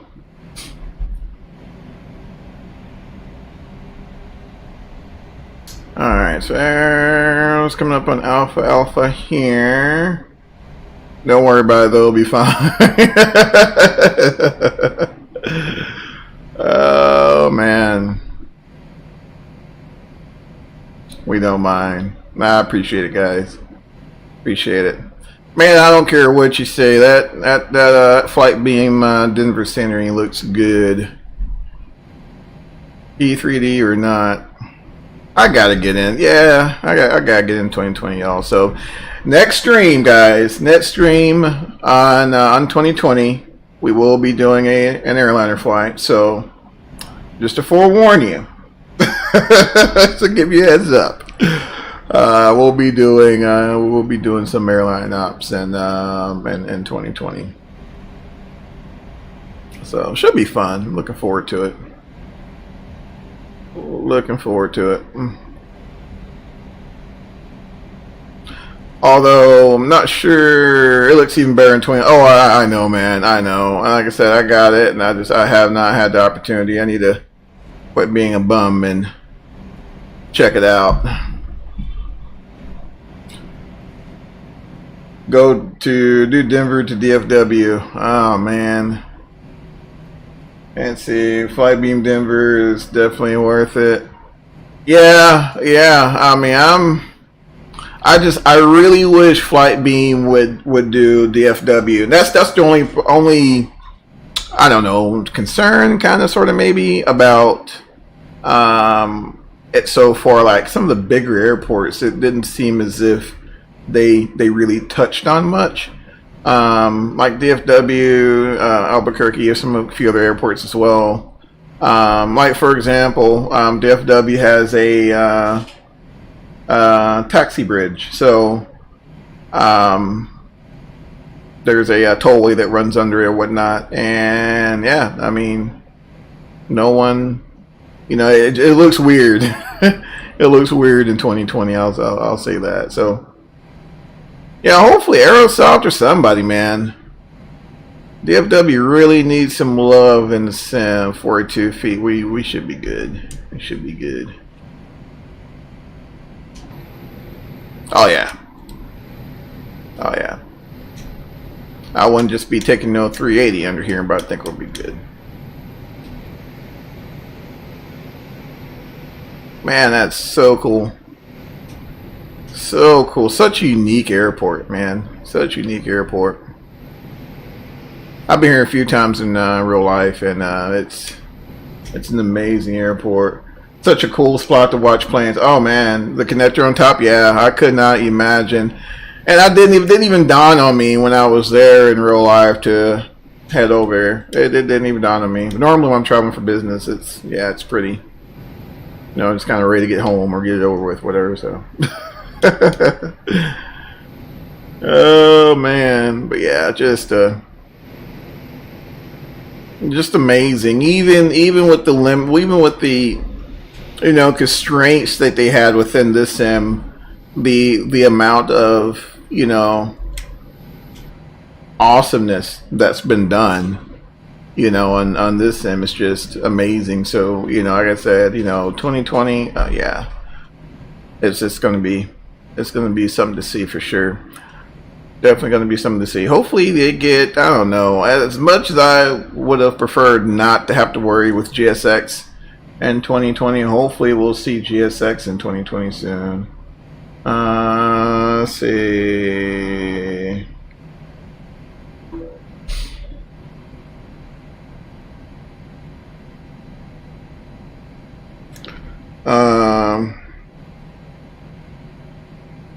Hopefully we'll see it soon, I hope so.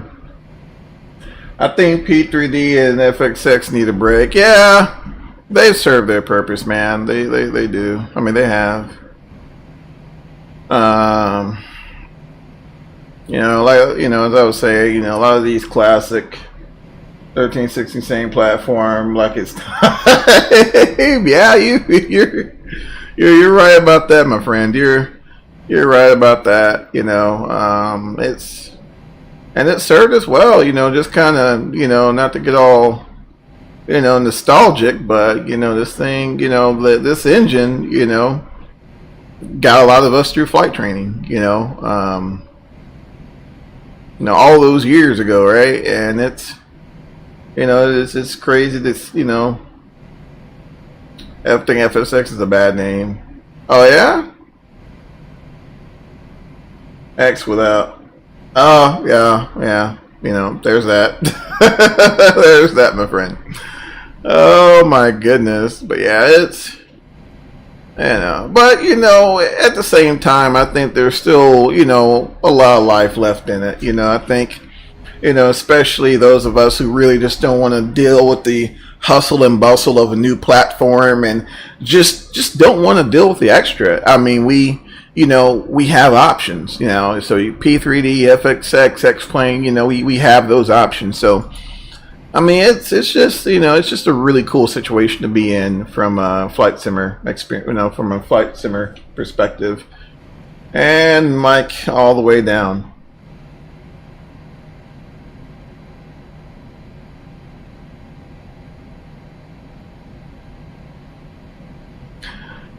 But I mean, it's not too bad. We're wrong. Incredible Marvel technology. Oh yeah, for sure. And we can't forget at the same time to hustle and bustle. Yeah, I mean, that's kind of what it is, because so much going on, new releases, patches, things like that. There's some of us just really don't want to deal with that. This taxi might be longer than a flight. I know, right? I know. I'm telling you, man. Denver is It's one of those airports. A lot of people complain about Atlanta, but it's not the layout of Atlanta that makes it bad. It's the bloody traffic that Atlanta sees that makes it bad. Talking real world, like you can have some time. You can have some hold times in Atlanta as well. I think giving Denver's a design at the same time, I think that helps a lot in terms of how much traffic this thing can hold, and not put companies through insane delays. So I don't know, it's not too bad.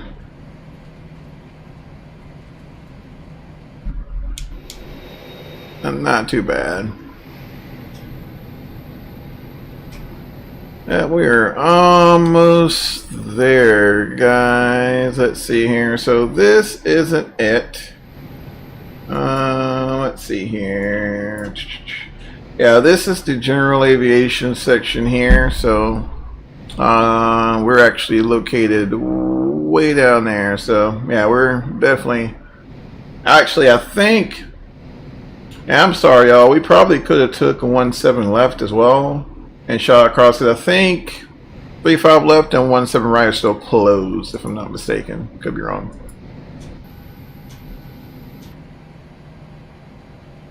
Learned a lot. Spent a little change, but I'm grateful. Mr. Wood says, I'm grateful to be a part of flight simulation here at this time. Yeah, for sure. I'm telling you, man. This now is just an amazing time. I can't tell you how many, personal friends of mine I've had ask me, hey, how do I, where do I begin, or, where can I purchase this, right? Either they've seen it on IGN or seen it on the news or somewhere, and, they're interested, and it's, it's reigniting that, that love for aviation. And I gotta tell you, man, it's pretty exciting right now. It's pretty exciting right now, and it's just, it couldn't have been more perfect timing, especially with all the other craziness we have in the world, that's going on in the world right now. To have a pleasant distraction is very very refreshing. So shout out to Microsoft and Asobo for getting us something else to work with there, for sure.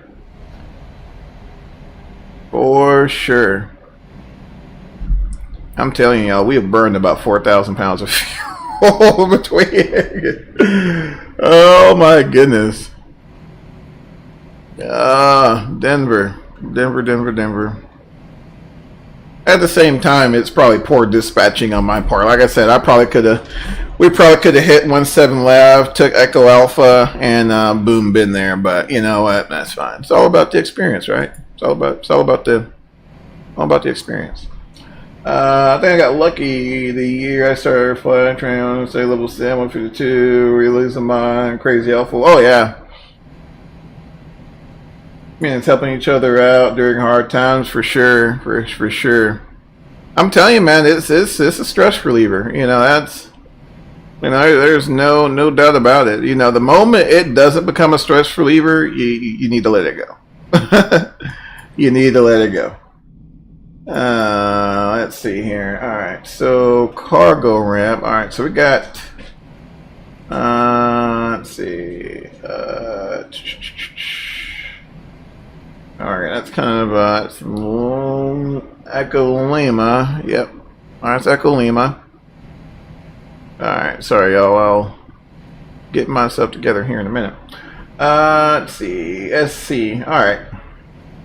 For complete information, see inset.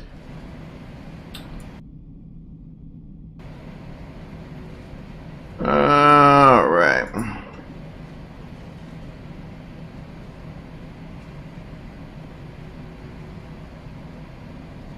Almost there. See, we'll make a right here. I think was this. This should be Charlie. Sierra Charlie. All right. We'll make a right here. Once again, y'all, bear with me.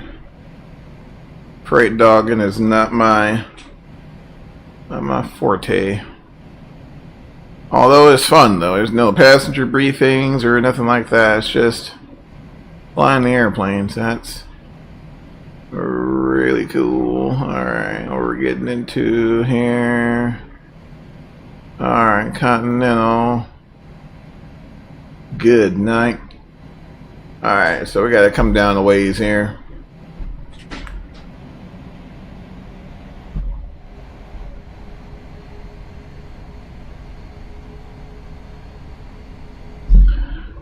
Come down a ways here. Let's see.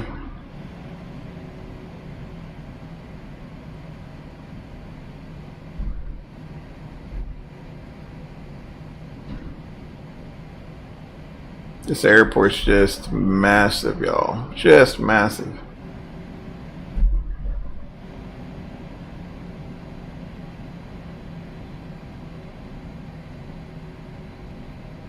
Alright. Let's...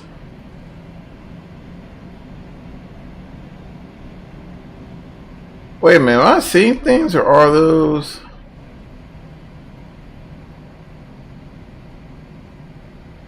Okay, no, never mind. I'm seeing things. Sorry. All the cargo terminals here.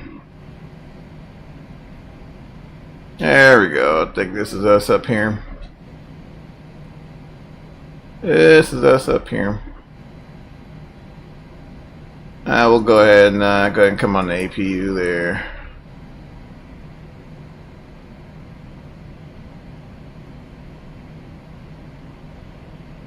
Come on the APU here and park.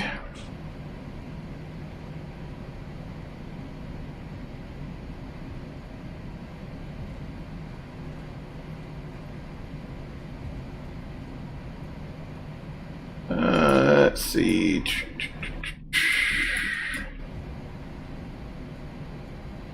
Okay.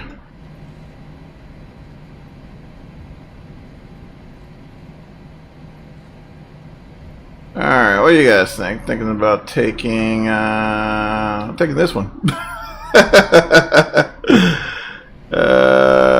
We'll take parking number 3 here. Alright, let's see.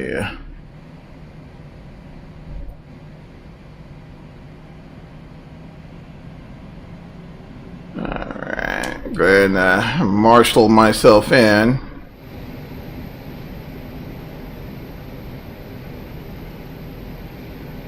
Since, yeah, it's gonna be that guy today.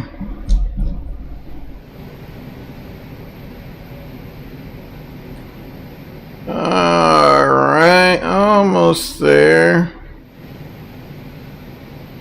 We'll just kind of let her coast here. Beautiful.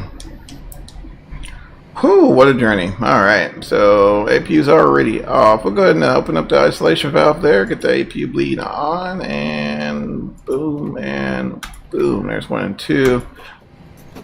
1 and 2 off there.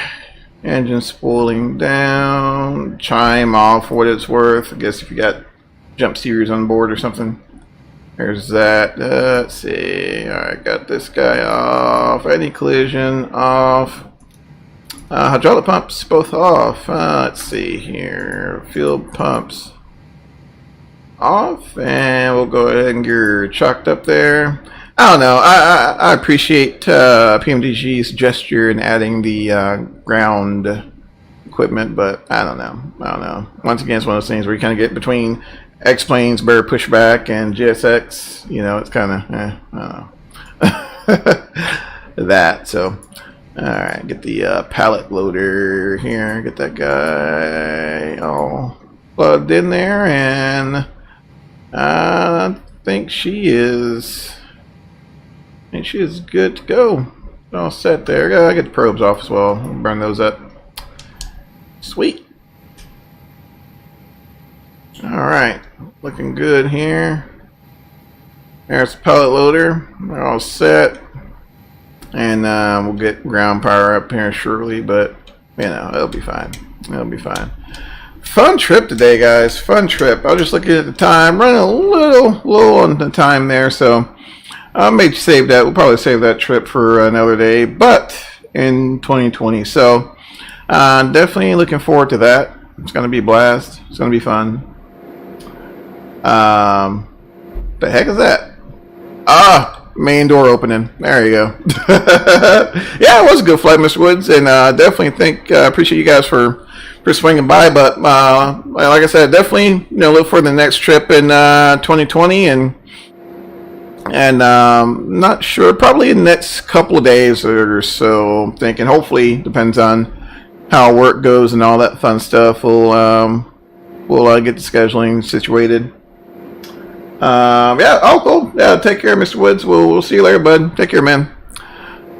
And we'll get the whole scheduling thing situated. So make sure you check out Discord, and if you guys are new to the channel, welcome. And be sure to like and subscribe and all that fun stuff. And until next time, guys, I'm out of here. Y'all have a good rest of your an ancient P3D. Exactly. Darn, too late.